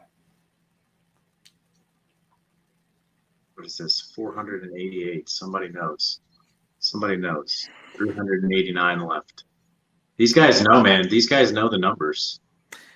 That might not be fully accurate, but we will say this is limited, guys. So if you do miss it, I know it sucks to miss a knife, but understand that we have 11,000 members in the group, and well over 10% of you want one, and right there, that's not enough. Think of all the people who aren't on Facebook that want one too. Right? Yeah. So good luck. Just be prepared this week. Frank, have you played with a Craig Brown knife? Actually, yes. Let's see what this is. I think Craig Brown's knives are really underrated on the secondary market. He does really good CNC work. You can find some killer deals on his knives on the secondary. So I got one of Craig Brown's second knives, the Servo. If you recall, maybe you remember or maybe you don't, he made one with a little spine engraved on my knife a long time ago, and it was really cool. And the Servo was plagued with a few issues. The lockup was not excellent on a lot of them. It was very weak lockup. And, I'm not trying to disparage this maker or anything. He has come a very long way. When I went to the show, Craig had his table set up. It was his first blade show ever, and he brought a ton of knives. I couldn't believe how much product he had. He had a ton of knives. He brought as many knives as anybody did, and he's a one-man shop as far as I know. Maybe his wife helps him a little bit, but he's really doing all the hard lifting there. The Cortex really blew me away. Honestly, the Cortex is a fantastic knife. The LHC is a really, really good knife. He has come a very, very long way from the days of the Servo. And honestly, I was super impressed. I came very close to picking one up. I just didn't have it in my budget to just spend and spend and spend at this show. I really had to practice some self-restraint at this show. I have some expenses coming up with this move that I have coming and everything. In a few weeks when I start my real job, maybe I'll have a little bit more flexibility. But I was super impressed with the Cortex and the LHC. And I can say without any hesitation that his knives are extremely high quality. And he's a good person too. You want to talk about good people, good makers. He's a nice guy. He was great to work with when I did some videos on his stuff. And he's just a very, very good human. So I love his stuff. I got the impression from him that he was very humble and he was very quiet and perhaps not an outgoing, extroverted kind of person, because when we met him, he was very nice to us, but at the same time, he wasn't gabby. And I don't know. I guess he has sort of an aw shucks way about him, which I appreciated. Not pretentious is a good way to go. He is one of the guys that was not originally a knife guy. He's a big guy. If you meet him, he's like tall and he's built. He's like muscular. He's like obviously works out all the time. But he's a geek. He's a huge nerd. He loves machining and the CNC programming and all of that stuff. That's where his passion is with the knives, and it shows in his products. They're very, very intricately milled. The patterns are very detailed, and then you get into the anodizing. His anodizing, he had, I love green. He had like 150 different shades of green on his table because he's just sitting there experimenting with this, and he really geeks out in a way that's very similar to kind of what I appreciate. So I totally connect with him on that level. Great product, great maker. And his Cortex has a little brain on the inside. So, I'm a brain surgeon. And so it is a thing that that's cool to me. Let's address this before we go on. You throw around this Dr. Frunkey like you're some kind of doctor or something. What do Yeah, you you're some sort of knife doctor. some kind of knife doctor? What do you do for a job? No, I am actually a doctor. This past week, in fact, I just graduated from my fellowship in spinal neurosurgery. I'm a neurosurgeon. I have finished my residency. I did an extra year of fellowship training, and I'm about to go start my practice down in Florida. So I am an actual doctor, and I'm a neurosurgeon. And I don't like to be, in everyone's face about that all the time because, I'm just another guy. We all have the jobs that we have. I'm a glorified human carpenter, is what I tell people. I like to do spine surgery. I'm a spine surgeon. I like to just fix what hurts you. So that's what I do. That's my job. That's my real job. And what may end up happening, I just recorded a video today about my experience with the Blade Show. I have a feeling that my YouTube channel is going to not really be around for very much longer. And as much as I appreciate all the support I've gotten through the years and the viewership and everything, I think that my life is about to start having some new priorities. I'm moving in with my girlfriend, and hopefully that becomes something permanent. So my life is changing in some very meaningful ways, and I think I'm going to have to take a step back from some of the social media and the YouTubing and stuff in order to make room for all that. So we'll just see how it goes. We'll see how it goes. I've already taken a big step back in the last 12 months. My volume has been way down. I used to do 2 or 3 videos a week. Now I've done like 3 or 4 videos in the last 12 months. So yeah, just kind of priorities are a little bit different. Obviously, my Instagram remains very, very active. I'll probably still be active on there because that takes 5 seconds to make a post on there, and then I can chat with people. But the videos, you got to kind of think of what you need to say. You've got to spend time with it. You got to do the reviews, and reviewing is fun, but reviewing also brings some haters, and it brings some negative feelings when you say something that's not ultra nice. So it just brings these emotions and anxieties that maybe I don't need to have all the time. So I do really appreciate all the viewership that I've had, and the fact that I'm even here talking to you guys, it's really awesome. But I see some changes coming for me.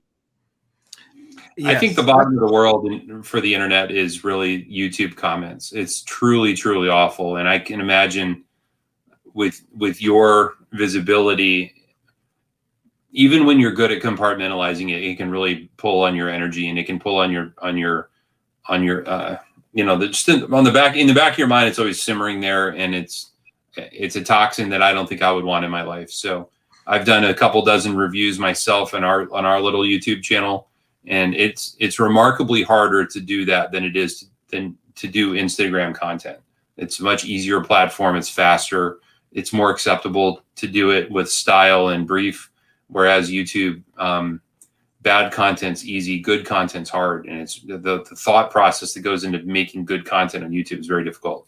And then in the end, how appreciative is the audience? Sometimes not so much.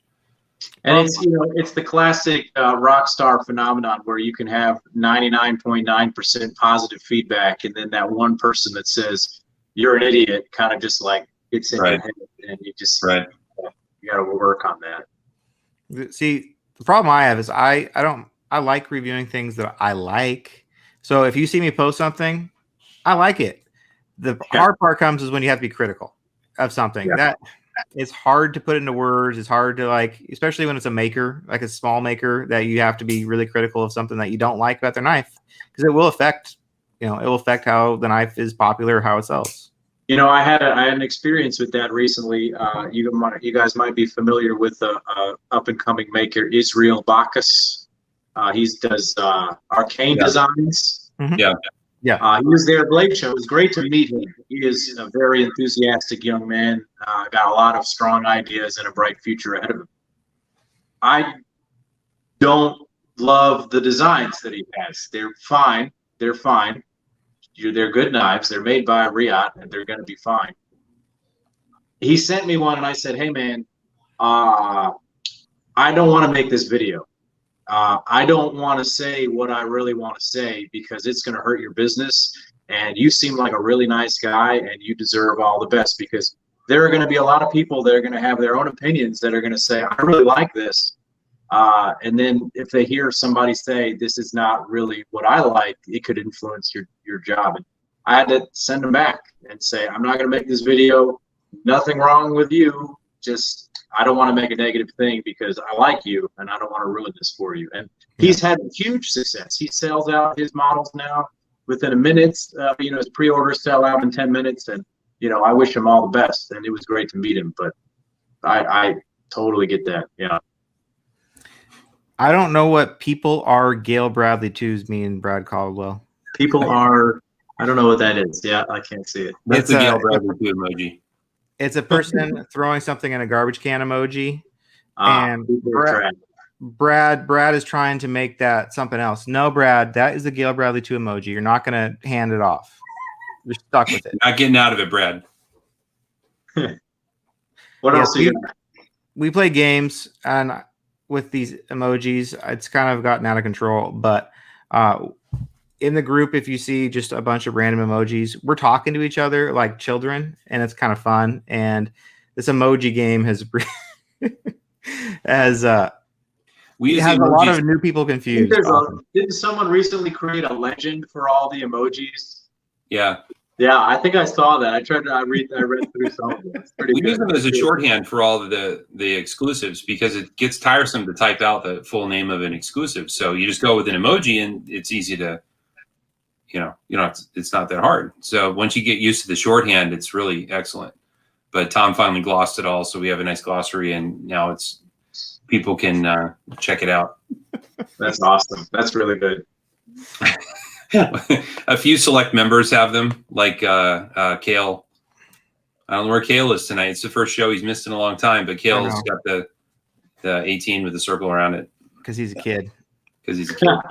That's his emoji. Someone tag Kale in the comments. I'm worried about something felt off. Something felt off this whole show, and it's because we don't have Kale watching over us. Yeah, you could say it's a disturbance in the force, but Tom has never seen Star Wars, so.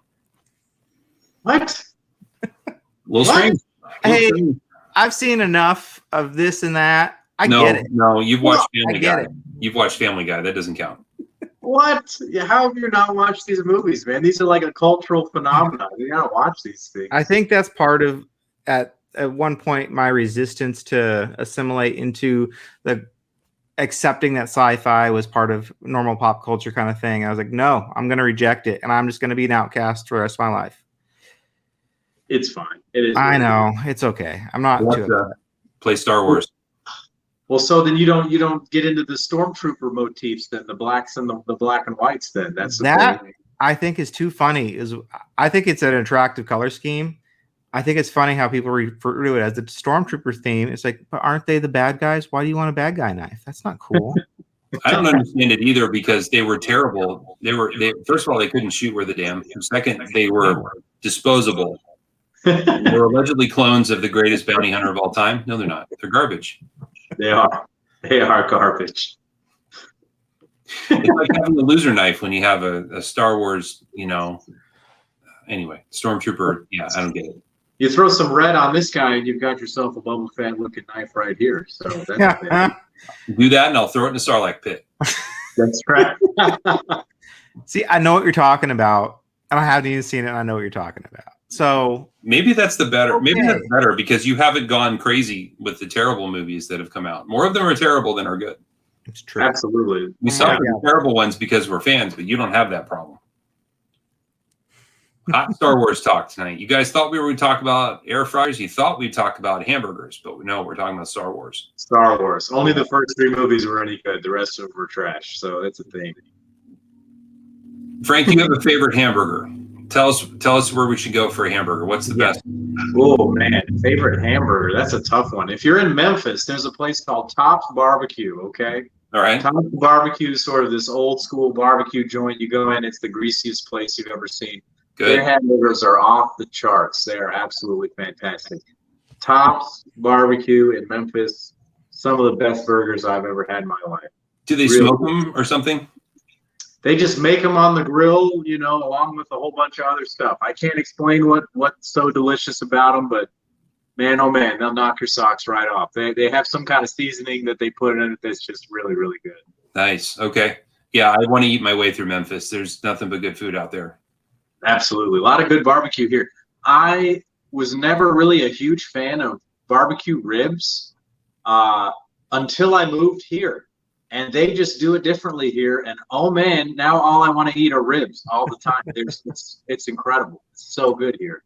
Yeah, when you go somewhere in like Illinois, the thing that they mess up is the ribs are squishy. They're squishy and they're too fatty. They don't get them dry. They haven't figured out how to rend them right so that they're soft and the bone will pull out, but they're not wet and sopping with grease. So the legit smokers know how to do that. Yeah, and that's what Memphis has shown me, and I've totally been reborn as a fan of barbecue at this point. Oh, then you're going to Florida. All you're gonna eat is pancakes and Taco Bell. That's all they have there. They have Jim Dandy's and Denny's and Taco Bell. Well, one of the things I'm excited about, I'm moving to Pensacola. Just whatever. If you guys want to find me down there, if there's any Pensacolans down here, they have great fresh seafood. I love fresh fish, so I'm looking forward to doing that. I've tried to. That's been part of my diet change. I've been eating fish a lot more for dinner and stuff. So. I'm really looking forward to that. So we'll see. We'll see how it goes. Yeah, I love the grouper that you can get down in the Gulf. You can't get it in Indiana. You can't get it. I live in Indiana, so you can't get it here. But yeah, grouper everything is just the best. Everybody knows how to make it right. Grouper, redfish, mahi, all coming out of the Gulf. That's some good stuff. Oh yeah, absolutely. Let's see here. You've been very generous with your time. I missed the hour alert. We're at an hour 26. We've been at this. So listen, if anybody is still watching, I'm deeply impressed. But I have all the time in the world. So you guys are even, I'm at about 9 o'clock my local time right now. So I'm just cruising. It's all good. This is far from a record for Tom and I. We've marathoned, I don't know, 3 hours on air and then 4 off. So. Usually it's just us, though. We don't drag people along with us for the marathons. We wear face diapers, so we don't have to get up, and we can just take care of business and keep going. It is funny because me and Jason, we talk on the phone, we video chat, but once we found this program, we would just get on here and just use it like a video chatting app. And sometimes we'll do a show and then we'll get off, and then we just stay on the app. And all this more stuff comes out, so we're in no rush to end it. It's okay. There's always knife talk to talk about. There is. What else you got? What other comments are sitting down there? Bring them up. We're getting lots of food talk. Everybody's talking about barbecue, where you should go. We got some love from Memphis. Evidently, can we talk about good humans? Seth is a very good human down there. Oh, Seth? Yeah, G-Man. Seth Gilman is an excellent human being, and he's actually one of our moderators in the group. I noticed that. I got this guy sitting right here. He sent me this guy recently. Just a good human being. That is just a good human being right there. One of the nicest guys I think I've ever met. Really excellent knife collection too. He has good taste. There's a little too much Joker theme in there, probably maybe. Little diabolical, wants to end the world in Gotham kind of thing is a weird approach to the collection, but having a theme, I guess, is good. He's a good guy. He's bought a couple of my knives. He's got my Yojimbo. I still regret selling that one. The DLC M4 Yojimbo. I put some Aramis scales on that, pimped it out, and he's got that one. That's a super nice one. I think that one, you had a PM2 that matched it, right? I think it was very close or very similar. Yeah. I think those were the ones that pushed me over the edge to go, okay, I'll message this guy in Russia. Oh, who knows what's going to happen. Dr. Frunkey figured it out, though, so let's try it. Yeah. And you find out he's the easiest to communicate with guy possible. And I love that be patient with the mail in 5 days, too. That's nice. Yeah. I can't even tell you how many messages I get, like, how long do you have to wait for the scales to get here? I'm like, 6 weeks. 6 weeks. Just wait. They're coming.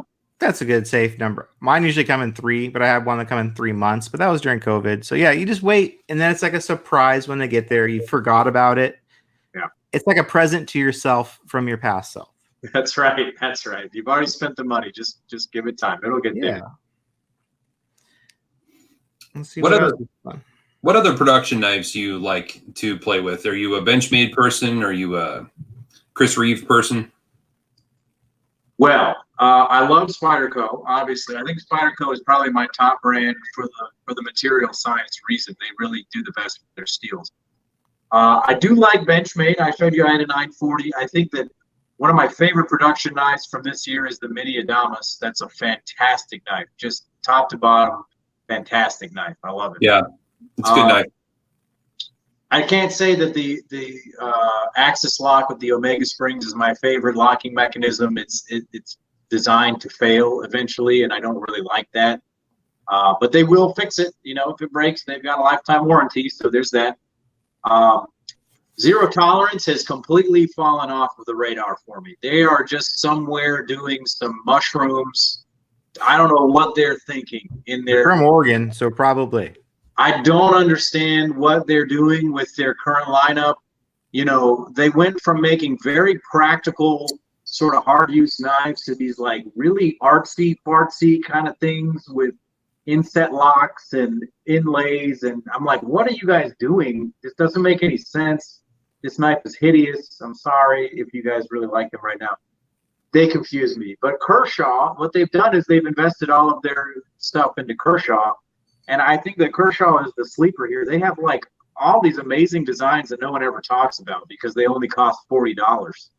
And, you know, they make great knives. Kershaw is what got me into this hobby because they were accessible. They were well reviewed on Amazon.com when I started buying knives. And a lot of them are USA made, but they come in at a Chinese made price point. And for me, they're down the street, and I can go to the factory second sale every year and just clean up and get $20 leaks and skylines and just stuff to have. And the reality is that all of their knives are built to be used. They're great slicers. They're super practical knives. So, yeah. Tom named his cat Kershaw, by the way. I almost did. My wife suggested that I not, and I'm very appreciative that she had the foresight to know that I would move on in this hobby past Kershaw. So what did you name Kershaw is laying right here on the floor next to me. So what did you name your cat? Belmont. No nice name. We weren't. I mean, I'm having a daughter in like 3 or 4 weeks, and congratulations, dude. That's amazing. Thank you. We were batting around names, and my wife just immediately, before we threw out any names, she goes, "No knife names." I'm just going to say it now. Just no knife names. No knife names. So, no Mannix. I don't have a daughter named Mannix or Delica. Yeah. You can't name her Sal. You know, you can't be doing that. Kapara. I would go with Kapara. Sally? No, can't do Sally. Oh, man.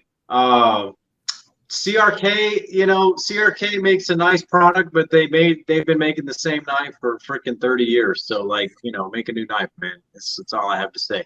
Tim Reeve and I got into a little verbal skirmish 2 years ago at Blade Show about this. I was like, great job, bro. You just made the same knife over again. He's going to get mad at me again. I hope he's not listening to this podcast. I don't want him to get mad at me again. He listens to a lot of casts. So, they have a great company. Their fit and finish is second to none, but damn, those knives are just so boring. So I don't know what else to say. They're great, but I went to the show and I was like, I saw the CRK booth. I'm like, man, I should get a Sabenza. I miss having a Sabenza. They're such great knives. I walk over, I pick up the Sabenza, I open. I'm like, nope, I don't need a Sabenza. I'm already bored. That's it. Sorry. I just don't get why it's totally acceptable. It's one of those knives that you make excuses for. I mean, I have knives like that too, but yeah, like, oh, can you flick it open? Well, no, you're not supposed to. Okay. Sure. Why is that an okay answer for you to say you're not supposed to? Like, okay, well, why does this knife have blade plate? Oh, because it's supposed to. No, that's not okay. It's just when people look past flaws just because of the history or the story a knife has, it can be kind of frustrating. Knives have come a long way. It's sort of like they're still building the horse and carriage, and somebody's over here with all electric, you know, Koenigsegg running down the street, and it's just kind of a different game nowadays, and they have not really kept pace in my opinion. So they make a quality product, but times have changed and people want different things now, I think. So it doesn't do much for me. other production companies. I like what Hinderer has done. Hinderer has done some good stuff. I think that their knives are still very desirable, even though they've made largely the same knives for a long period of time. I like that they brought in their tri-way pivot. I like that they put in their lock bar inserts, and I love the modularity of those knives. That's what really makes them a lot of fun, is that you can customize them, you know, until the cows come home and just keep doing it. So that's what makes those knives a lot of fun for me. Yeah, and those are probably the guys that I would stick to. Microtech does a good job with the out the fronts. I like those. Tony is a little bit of a character. You know, if you can just look past the fact that he's a little bit, you know, of a character, his knives are a lot of fun, so they're great. You're not going to go wrong with one of those. I don't hate Hinderer. I've never held Hinderer. I just think there's too much handle and not enough blade, and the blades look a little strange, but I've never handled one. I've also never used one. And I think a lot of times using a knife will inform your opinion more than just looking at it, right? So I'm willing to suspend my opinion until I actually experience a couple, but they do look a little, too beefy. Put it in your hands, man. Just put it in your hands. It all makes sense when you put it in your hands. Maybe it does, right? And there are plenty of knives out there that are like that. Another company that I think about, that's in that realm is Olamic. I've played with a couple of Olamics now, and they look a little, I don't know, they look a little like a set piece from the movie Alien. They're a little curvy and organic, right? They look organic to me. But when you hold one, they're very comfortable to hold. They really are nice to use and to cut with. And that's kind of the point of a knife. So when you come at it from that point of view, you know, it sort of changes the way I feel about how they look. Oh, you know, no Lamick. That's all I have to say. No All right. I went by their booth. So experiences that I had. I ordered one of my first custom knives that I ever ordered was a Rainmaker that I ordered from them, and they sent it to me with all kinds of blade play and all kinds of problems 3 separate times. I sent it back to them to fix it. They didn't fix it, so I was off their custom knives forever at that point. And then their production knives, I think, are made in Italy mostly, and there's a lot of quality control issues that go on there. Some of them are okay, some of them aren't. They feel very gritty most of the time. I went by their table at the show and was just not really impressed with how those knives felt compared to what else everybody else is doing. They have a very interesting sort of ownership situation. The guys are like Russian, and they have the Russian connection and stuff like that. And so that's interesting about the company. But they never really did it for me. So you're not going to see any Olamics on my collection or anything like that. Well, all right then. What's your feeling on ProTech? I was wrong about ProTech. I will admit that I was very wrong. Yeah. I love them. I wanted to say that they are one of my favorite companies, just hands down right now. My introduction to ProTech was the Whiskers, the little bolster release auto, and it felt a little chintzy to me. It didn't really feel very strong or solid, but that was I missed the point on that knife. I didn't understand the history of who this Whiskers character was. He was literally the inventor of the bolster release auto. And then I didn't really handle a bunch of their other knives. And since then, I've handled a number of more of them. I realized how much OEM work they're doing for a lot of other companies. And I love it. They do really, really good work. The Malibu is a fantastic knife. Their autos are really, really good. I went by their table and I came very, very, very, very close to buying another ProTech at the show. The buddy, I had a friend that lives in Atlanta who came to the show to hang out with me, and he ended up buying a Malibu. I took him by that booth. We hung out there, and he was so impressed. He bought one too. Fantastic company. Strongly recommended. Their products are 100% worth the money. I think they're building a lot of value into a knife, and Everyone I've handled has been impressive. The price points are really great. Their titanium models are really extra special, and I've been able to play with a few of them now, and they're phenomenal. Now, one of the weird things that they do for Blade Show, and they did it again this year, and they win very often for the best collector knife. They won that this year again. They brought a knife that they're selling on Knife Center right now for $12,000. Now I'm like, what? It has like mother of pearl inlays and gold and stuff in it. There's a guy in the group that got one, and we got to play with it at the show, and it was impressive. It was a beautiful knife. They're beautiful knives, but I'm surprised at the price point. That $12,000. I was like, okay, you know, I get like $1,000 or $2,000, sure, but holy mother, that's a lot, you know. We do have a member who went. I didn't think they could go crazier than what was the inlay on that titanium Damascus or Damasteel Lance's Protect that we saw? It looked like a mother of pearl inlay. It could have been a shell, like a Powwow shell. They had black lip mother of pearl, I think, on their show knives this year. Some of them were really beautiful. I don't know if they were selling them for 12 grand at the show, but that's what it is on Knife Center right now. And we know. I don't think that's what he paid at the show. He didn't tell us, but it did come in. It did come in a box. It was in a collectible box. It was, didn't it, Tom? We could ask Mr. Badeau right now. It was Abalone. Abalone. Yeah. They make beautiful knives. Let's just be real. I love their products. Those collector knives are super, super nice. They're very expensive. I'm surprised at the prices. I don't know what they were at the show because I didn't see them, but I was kind of blown away. Knife Center had it for 12 grand. I was like, oh my goodness, that's a lot. And I've spent a lot on pocket knives, believe me, and that took my breath away. So Lance, that's not unreasonable for what you got. That seems like a normal number, $1,200. That's what I'm saying. $1,000, $2,000 all day for those things. 100%. Yeah. Yeah. So that's reasonable. Absolutely. So that's totally cool. How do you feel about Spyderco and their exclusive runs? There seems to be two schools of thought. The exclusives are really not measurably a lot more expensive than the standard models, and being able to get something with an exotic steel that's not reasonable for mass consumption, being able to get it for the same price as the normal model is a really interesting business model.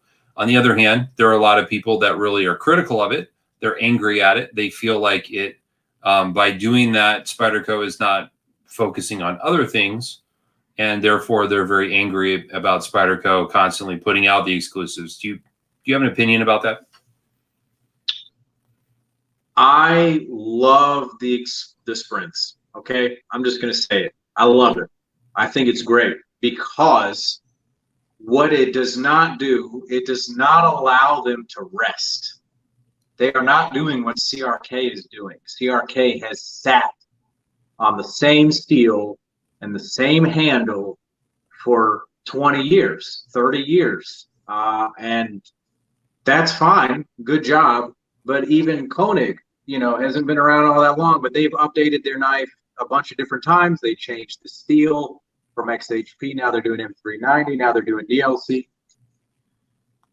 I really like it because what it means to me is that they are constantly doing research and development. They are constantly pushing the boundaries, and they are teaching the world about steel in the process. Yes, it's frustrating to people that want to have whatever they think that they want to have.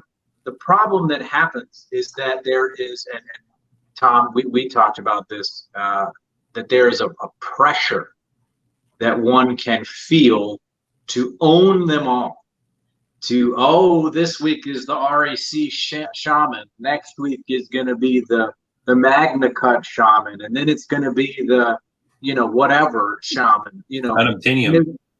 Yeah, the Unobtainium, the Adamantium, the Super Mega Meteorite, you know, whatever it's going to be next. And there's a pressure and an anxiety and this feeling of it's never quite adequate enough. And that is something that you have to just put aside. You have to realize that any of these knives are just fantastic things in and of themselves. Just use the damn thing. Use it until it breaks, and then let me know, you know, what's wrong with the knife. I think that the sprint runs really allow for innovation. They allow for, I think that they are pushing the industry. I really do. I think that they are the one brand of them all that are pushing the industry in steel development for knives and cutlery, more so than anyone else. And I absolutely love it. I never would have thought that Rex 45 is like maybe one of my favorite steels ever. That steel sharpens and strops like nothing else I've ever experienced. Fantastic steel, but I never would have experienced it because who out there at Kershaw is going to put Rex 45 on their knife? Who's going to do that? And so I really love the innovation that they're doing with all that. There you go. So what's cool, like what you mentioned, is how many makers put out crazy tool steels that turn color. So this is kind of hard to see, but this knife is all sorts of funny colors. You can't have that if it's this will never replace S30V as a standard thing, but it's an option. And now I have a patinaed knife that's really cool. It's a fantastic steel. And I have a bunch of other cool ones that are different, but I have Rex 45 and it serves a purpose and it has a home in my collection and I'll always have it. Yeah. I'm sitting here with this Maximet blade, this is the craziest super steel that I've ever seen, on paper, and it's insane. And I love that they do the sprint runs. I think people just need to get over the psychology of the pressure to buy the next one. Just get one of them and enjoy it and just have a good time. You don't need to own all of them, just have one. You don't need to even buy the next one. Just get the one that you like, maybe even pay the secondary price to get it, whatever. It doesn't matter. You're paying. The thing about it, the secondary on Spyderco's is that maybe it's a $50 or $100, but you're not paying $1,000 for a PM2. You might pay $350 for a $250 knife, but generally the markup's not a whole lot more than that. I think it's great. I really love it. Yeah, coming to the realization that you don't have to collect them all and that it's okay and that it's unrealistic. I mean, a very small percentage of our population can afford to buy them all because it's just an absurd investment annually to buy them all. And then to have one to go and one as a backup, now you're doubling down and getting extra crazy. When in reality, you can buy these knives and you can use them responsibly, and then you can resell them, and you're only going to take a couple bucks off the value of the knife. What we notice is that like a mint condition rare Spyderco might be worth $300, and then one that's been lightly used is worth $270. So can it be said that you had $30 worth of fun with the knife, or are you that stubborn that you have to collect every ounce of, out of the value of the knife? So or it's just like that first scratch principle. It's like, even if you are losing that $30, the anxiety that you're relieving, that I can carry this. It's totally cool. I can carry it. I don't have to stress out about it. It's got whatever defect, or it's been in your pocket and it's got lint in it. Breaking that seal and just making it something that's a knife and not just a thing in a box put away. We're trying. This group's evolved a lot, and we kind of go in different waves. And this group started as purely a bunch of collectors. Like, it was me and Jason had every steel PM2 when we started this group. I had a ton of stuff. One of our first members, Stephen Thompson, has every PM2 as well, except for some of the really, really old ones. And we've kind of evolved because there's I think last count there's 50 SKUs for different PM2s. There's been 50 different variants. Wow.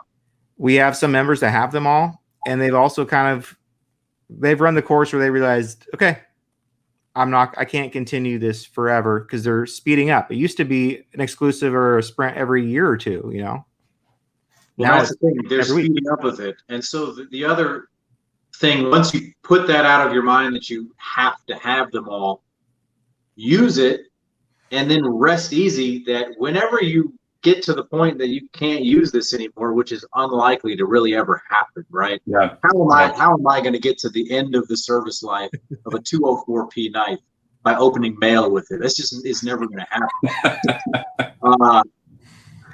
If you could theoretically get to the end of that use, there's just going to be another one.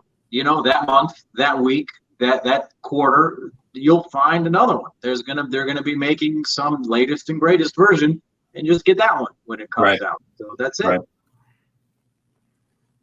So it was stressful. For a while, I felt some pressure to get the latest and greatest every single time, and I've really allowed that to kind of ease off. I'm sitting here taunting people with this one, but it just kind of like fell into my lap, more or less.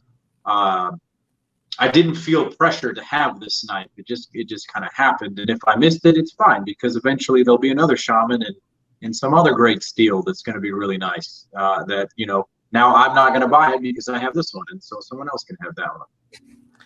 And I will take responsibility for my role in driving this little hype train of a PM2 exclusive thing. When I tell you guys stuff's in stock or stuff's coming out, please understand that I'm not saying you must have this, you need it, or you're an incomplete human being. Like, because I do get a lot of crap from people like saying I'm just trying to push this down everyone's throat. All I'm trying to push down people's throat is the fact that this stuff is out there and you can go get it. And there's some excitement attached to it, because if I'm excited at something, it's going to come through in the way I post stuff. So I just want you guys to understand that I don't work for Spyderco. I'm not trying to sell you these knives. I just get excited, and things I like to share with others. That's why all the knives I post are knives I like. I don't post stuff I don't like, because that's not fun. And that's more of a product of social media. They've done all the psychological analyses on these things. Facebook makes you depressed because you see what other people are doing with their lives and you feel like your life is inadequate. Instagram makes you want to buy products. It's a thing. Instagram is driven by products and product placements, and they've done these psychological analyses on all these social media platforms. Twitter makes you angry because it's so political. I agree with that 100%. So it's a social media thing. And so what you're doing is really a great social service. You're raising awareness, but I can see in my own self that feeling of, oh, Tom knows there's a knife coming, and he says it's going to be hot stuff, so I better get in line here. When in reality, I don't need a 14th paramilitary 2. You know, what am I going to do with it? I'm not even using them at this point. So it's a thing. All I want to buy is Scandinavian energy drink models. Yeah, exactly. I mean, let's be real. Yeah. My feed is one. I hope you're not recording this, but my feed is one thing, not. And my search feed is something else entirely. So that's my favorite game now. When I meet knife people, is I ask them to show me their search feed. It's pretty amusing. Pretty amusing. So when I go to if I accidentally click the shop button on Instagram, Instagram thinks that I am a woman looking for bikinis and makeup, because that's what I look at when I'm not looking at knives. So it's the thing. Instagram you just want to be able to converse with your girlfriend. That's right, 100%. I'm trying to do research into what she likes. Yeah. Right. I never buy anything off. I almost have like a mental block that if I saw an ad for something on Instagram, Facebook, I'm not going to buy it at a principle. Like, no, you're not going to force me to get it by tricking me. Then I saw an ad that just said best hoodie sweatshirt ever. And I'm like, I need a new hoodie sweatshirt. Shit. So $3,000 later, I have a lot of hoodie sweatshirts because I went on a quest. I'm like, I'm going to find the best one. I'm going to find it. And it took me a while, but the Instagram ads now have tailored. They know I like t-shirts and sweatshirts because I get bombarded with those ads. And then I started getting into sunglasses. Now I get sunglass ads. So it's pretty smart. It's pretty crazy. And now that you said sunglasses, I'm going to get sunglass ads. I'm going to get hoodie ads. It's a thing. You will, because this has happened to Tom and I. He'll tell me about sweatshirts, and all of a sudden I get sweatshirt ads. I recently, the freakiest iteration of this, I was helping my girlfriend move out of her place. We were cleaning out her fridge. She had a bottle of San Pellegrino that we were just going to throw away. I didn't even say the word San Pellegrino. I've never purchased San Pellegrino in my life. I've never searched for it. I had a glass of it, and then I got ads for it for 10 days. And I was like, what the fuck? Your phone is sensitive. It was near the bottle. Yeah, and my phone must have had the camera on and was looking. It was the freakiest thing ever. It was so weird. It's pretty smart. They're watching it, man. I wish the algorithm would say everyone wants to see Tom's PM2 posts, but it doesn't work that way. Maybe everyone talks into their phone and says, I want to see PM2s. then I'll get more engagement. I But almost don't think thought it you worked were, that I thought way. you were going to say a different P word. I'm glad you didn't. If I was going there, Wants to see Tom's pee. yeah. My phone does have a really good zoom, so we'll be set. Macro. Macro mode. That's right. No panoramic needed. Well, we're getting close to 2 hours now, so I think we should probably put a bow on it. Before we go, why don't we see if there's any more comments left in the section here? Does anybody have any more questions for? Yeah, bring it on. About his knives? Is there anything else you could show us pretty that we haven't seen yet? Oh, show me a chamois. I want one of those now. I'll show you Shamwari. I just got this guy. This is a BBM. This is that Nick Chuprin, Robert Carter collab. I really, really like this one. This was something that became very popular on my YouTube channel a while back with the green and black. They just released these V2s. For the people watching this, they will be reopening their books in July. If you enjoy Spidey Flick knives, I mean, this is about as perfect of a Spidey Flick little EDC custom that you can possibly get. I can strongly recommend these V2 BBMs. Sold. I will bring out the Shamwari here. We got a little fancy schmancy. I'm trying to get this centered in the camera here. This is that fancy one here. This one also features a Damacor blade. And dark tie. This one has some skip bearings inside, so it just has this amazing drop shot action. You guys remember this one? You played with this a lot. It made me want a front flipper. I didn't know my hand could handle a front flipper. I thought my hand was just designed so it didn't work, and then I flipped that, and now I want that. It's amazing. It's really a lot of fun, and it's not perfectly done in all knives. So some production front flippers actually struggle with this. Gareth sent just the CAD file to We Knives, and they made the We Knives Shamwari production flipper, and the D10 was a little bit too strong, and a bunch of people complained, oh, I can't flip it. But they didn't have a practice knife. So when they made the Miura for drop, there you go, you've got one. It does, but it's not nearly as fun, satisfying, or easy as yours. Right, and so when they made the Miura, they sent an actual Miura knife to, I believe, I guess it was We that made that as well. And then they were able to dial it in a little bit better. This is that green version here. A little bit of that green carbon plate. You taught me something with those two knives when we met about the fact that if you're going to do a front flipper, you want a liner lock, not a frame lock. Let me just tell you, okay, in my experience, if you're going to do a front flipper, make it a liner lock. It avoids this problem. When you put your hand on it to open it, you have a tendency to do this, more so than regular flippers, because you have to hold it pretty solidly in order to open it. There's a lot more of that placing your finger on the lock bar. So if you are a designer and you're making a knife out there, or you're about to put something out and you want it to be a front flipper, make it a liner lock. You'll have a lot more happy customers. I'm starting to just enjoy the way liner locks look. I mean, I've seen a frame lock. I get it. I know what a piece of titanium looks like. And now I'm really starting to appreciate, like, oh, like a bolster lock even, or I just got this. I thought I'd never get one of these because I had like a aversion to liner locks. So yeah. I saw you pick that up. I have a Hattie R, and it's cool. And I thought, why would I ever need a liner lock? I like this knife better. It's more comfortable. It's beautiful on both sides. Like, the F3R, it is the best knife that they make, and it's because it's a liner lock.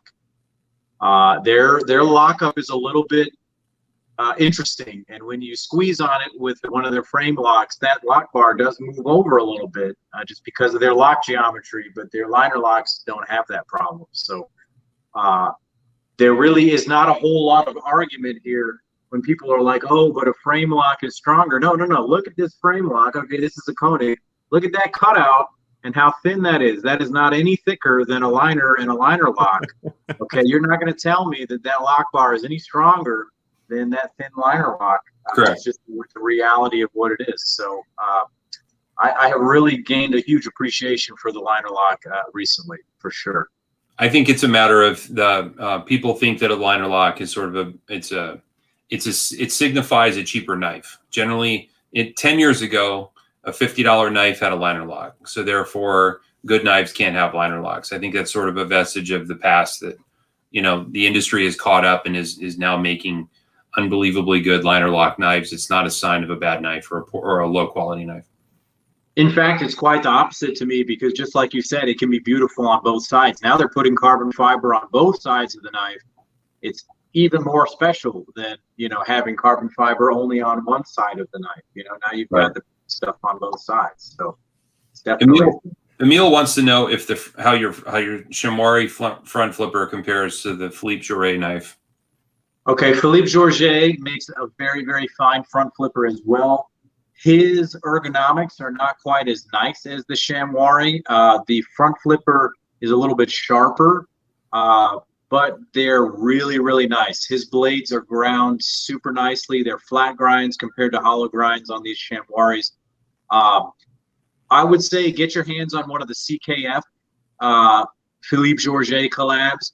Those are pretty much everything that is right about the modern pocket knife. If those are as close to a perfect modern everyday carry knife as you can possibly get, they're really, really damn good. Those are the fifth, the FIF 20. The FIF 20 they have some new ones coming out soon. Just fantastic knives, totally worth the money. Love them. Philippe Jouret makes the same knife over and over again, and he has perfected it over the years. David Lespect, he never makes the same knife twice. He literally draws each knife on a piece of paper, and then he cuts it out of the steel and titanium every time. And he has never made the same knife twice. They might look similar, but they're not the same. He does not cut them the same way. He doesn't have a standard model. And so you get a little bit of variability in those knives. You're not going to feel a certain amount of consistency. They're also fantastic knives. Sometimes he normally dials them in perfectly, and they are a beautiful, beautiful knife. So that's just something to be aware of. The consistency is not quite the same, but they're beautiful knives, super nice. So when you mentioned that there's custom knife factory knives coming, so they're coming out with a fifth all titanium soon, and I was looking at that. So you do suggest that's one to pick up? I'm trying to find it right now off screen. Strongly recommended. There are very few knives that I can recommend more strongly than that. 520. If you like your Shirogorov, you will poop your pants when you realize the quality of the CKF that you're getting for about half the price of that Shirogorov. It's incredible. Wow. Do you have opinions on this CKF that is up for pre-order now? Ooh, what is this one right now? Rotten Design. I do hold some very strong opinions on that. I don't recommend it. That's all I'm going to say. If you want to talk about buying the maker, okay, and makers being good people or not so awesome people, don't buy that knife. Now, CKF is going to do a great job, and they're going to make that knife really nice. It's going to be nice. If you like the design, whatever, I don't recommend that maker as a human being. I hope he's not listening to this, but I don't recommend it. It's a thing. It's definitely a thing. I also don't really love the design. It's a little bit too, I guess I'll call it aggro for me. It's a little bit angry looking, kind of. Nick Shabazz calls it murdery. It's a little bit much. But the guy, I don't really like the guy. So that's a thing. I've heard such things. That's not a surprise, I guess. I've heard good things about the Evo 2.0. I did pre-order it. I don't know enough about him, but I've heard that getting on his books and people waiting years and years and years and then never coming through. And it's what I can say is CKF is a lot like Riot. You are not going to be disappointed when you buy a CKF. The knife is going to be phenomenal. And that's all you really need to know. If you like the design, get it, because it's going to be a great knife. It's going to be functionally amazing. You're going to get all the backup hardware, and it's a great knife. But there you go. There you got the fifth going on right there. Get it, 100%. Yeah, that's something cool about them. That in the package you get backup hardware. That was a pleasant find when I ordered one and I looked through the package. There was a little piece of chocolate. I got 3 stickers. I got a patch. I got a ruble. That's a Russian thing that I don't fully understand, that they mail everything with some money and a piece of chocolate. It's some superstition or some cultural thing that I don't fully understand. That's a Russian thing. Have you noticed the Russian chocolate tastes as you'd imagine it would taste? Like freedom? Like just communist chocolate, yeah. Severe. I don't know how to put it. It's not indulgent the way American chocolate is, or yeah, that's the thing. They're not communists anymore. That's very rude of me to what say. It's chocolate. Eat it. That's that's right. Let's see. I think we should probably wrap it up now. Before we go, I wanted to say a thank you to Hank's Cartel, because Countess Ann over at Hank's Cartel sent Tom and I some really cool Hanks. These things are as thick as a mouse pad. They're really nice, microfiber on the back, and they have the club logo on them. The reason she sent those was because I sent her a knife that she wasn't able to get over in Serbia.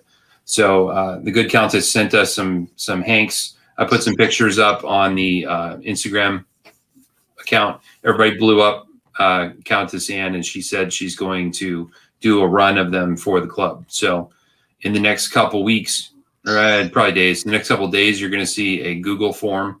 When she posts that to the group, I'll make sure to pin it and I'll announce it. But if you want one of those cool Hanks, you're going to need to order it quickly, because she literally stitches these herself. And anyway, shout out to Countess Ann for the swag and the not safe for work. This suddenly became not safe for work. I'm just saying she has a good Instagram account. That's all I'm saying. She does. It's a thing. I want those. I want some of those Hanks now too, especially with the. Well, you got some in the mail, Tom. Yeah, I know. Yeah, I got a big package. I hope I have a lot of stuff coming. That was a lot of shipping. I got stuff coming. There's another one. It's pretty cool. Yeah, good work. She does good work. She does good work. But yeah, that's going to happen. So we haven't had a Hank yet. We did do a bandana a while back, but no Hanks. So little club news there. I should be getting the coins very soon. So Frank, if you didn't know, we have a club coin. This is the 2020 club coin. Awesome. We when we first designed this logo, it was actually standing up like this. We thought it was a little too Vive la Resistance. So we asked the designer to turn it to the side so it looks like somebody's cutting something with it, but it's still known as the Che. I think that's fun. And on the back, we had the world and the maps of the flags of the countries that are represented in the group. The 2021 coin is going to be similar size, but different look. And they're promising that will ship this week, allegedly, after a holiday in China. So these things are actually literally hand painted, Frank. Can you believe that? Wow, that's pretty impressive. Some maniac with a little tiny brush paints these by hand. I don't know how. That's insane. I just got my first coin. It's one of the Knife Nuts coins. Oh, wow. Pretty cool stuff. So yeah, now I got to start a coin collection. So now I got to get one of those. Well, I'll make sure you get one. We'll make sure. I will. Yeah. I appreciate you guys having me on here. It's been a lot of fun chatting with you guys. It just feels like we're hanging out at Blade again, just shooting the stuff here, having a good time. Doesn't have to be hard. Pretty soon we'll start the broadcast and start talking to people too. So yeah, that's right. We forgot to click it. Good. Click go. All right. I guess that's time to end. It is. Nice. Tom, Frank, thanks for joining. I'm Jason. That's Tom. Over here we have Frank, and we're FFIB. Thanks for watching, and we'll see you next week. Take care. Take care.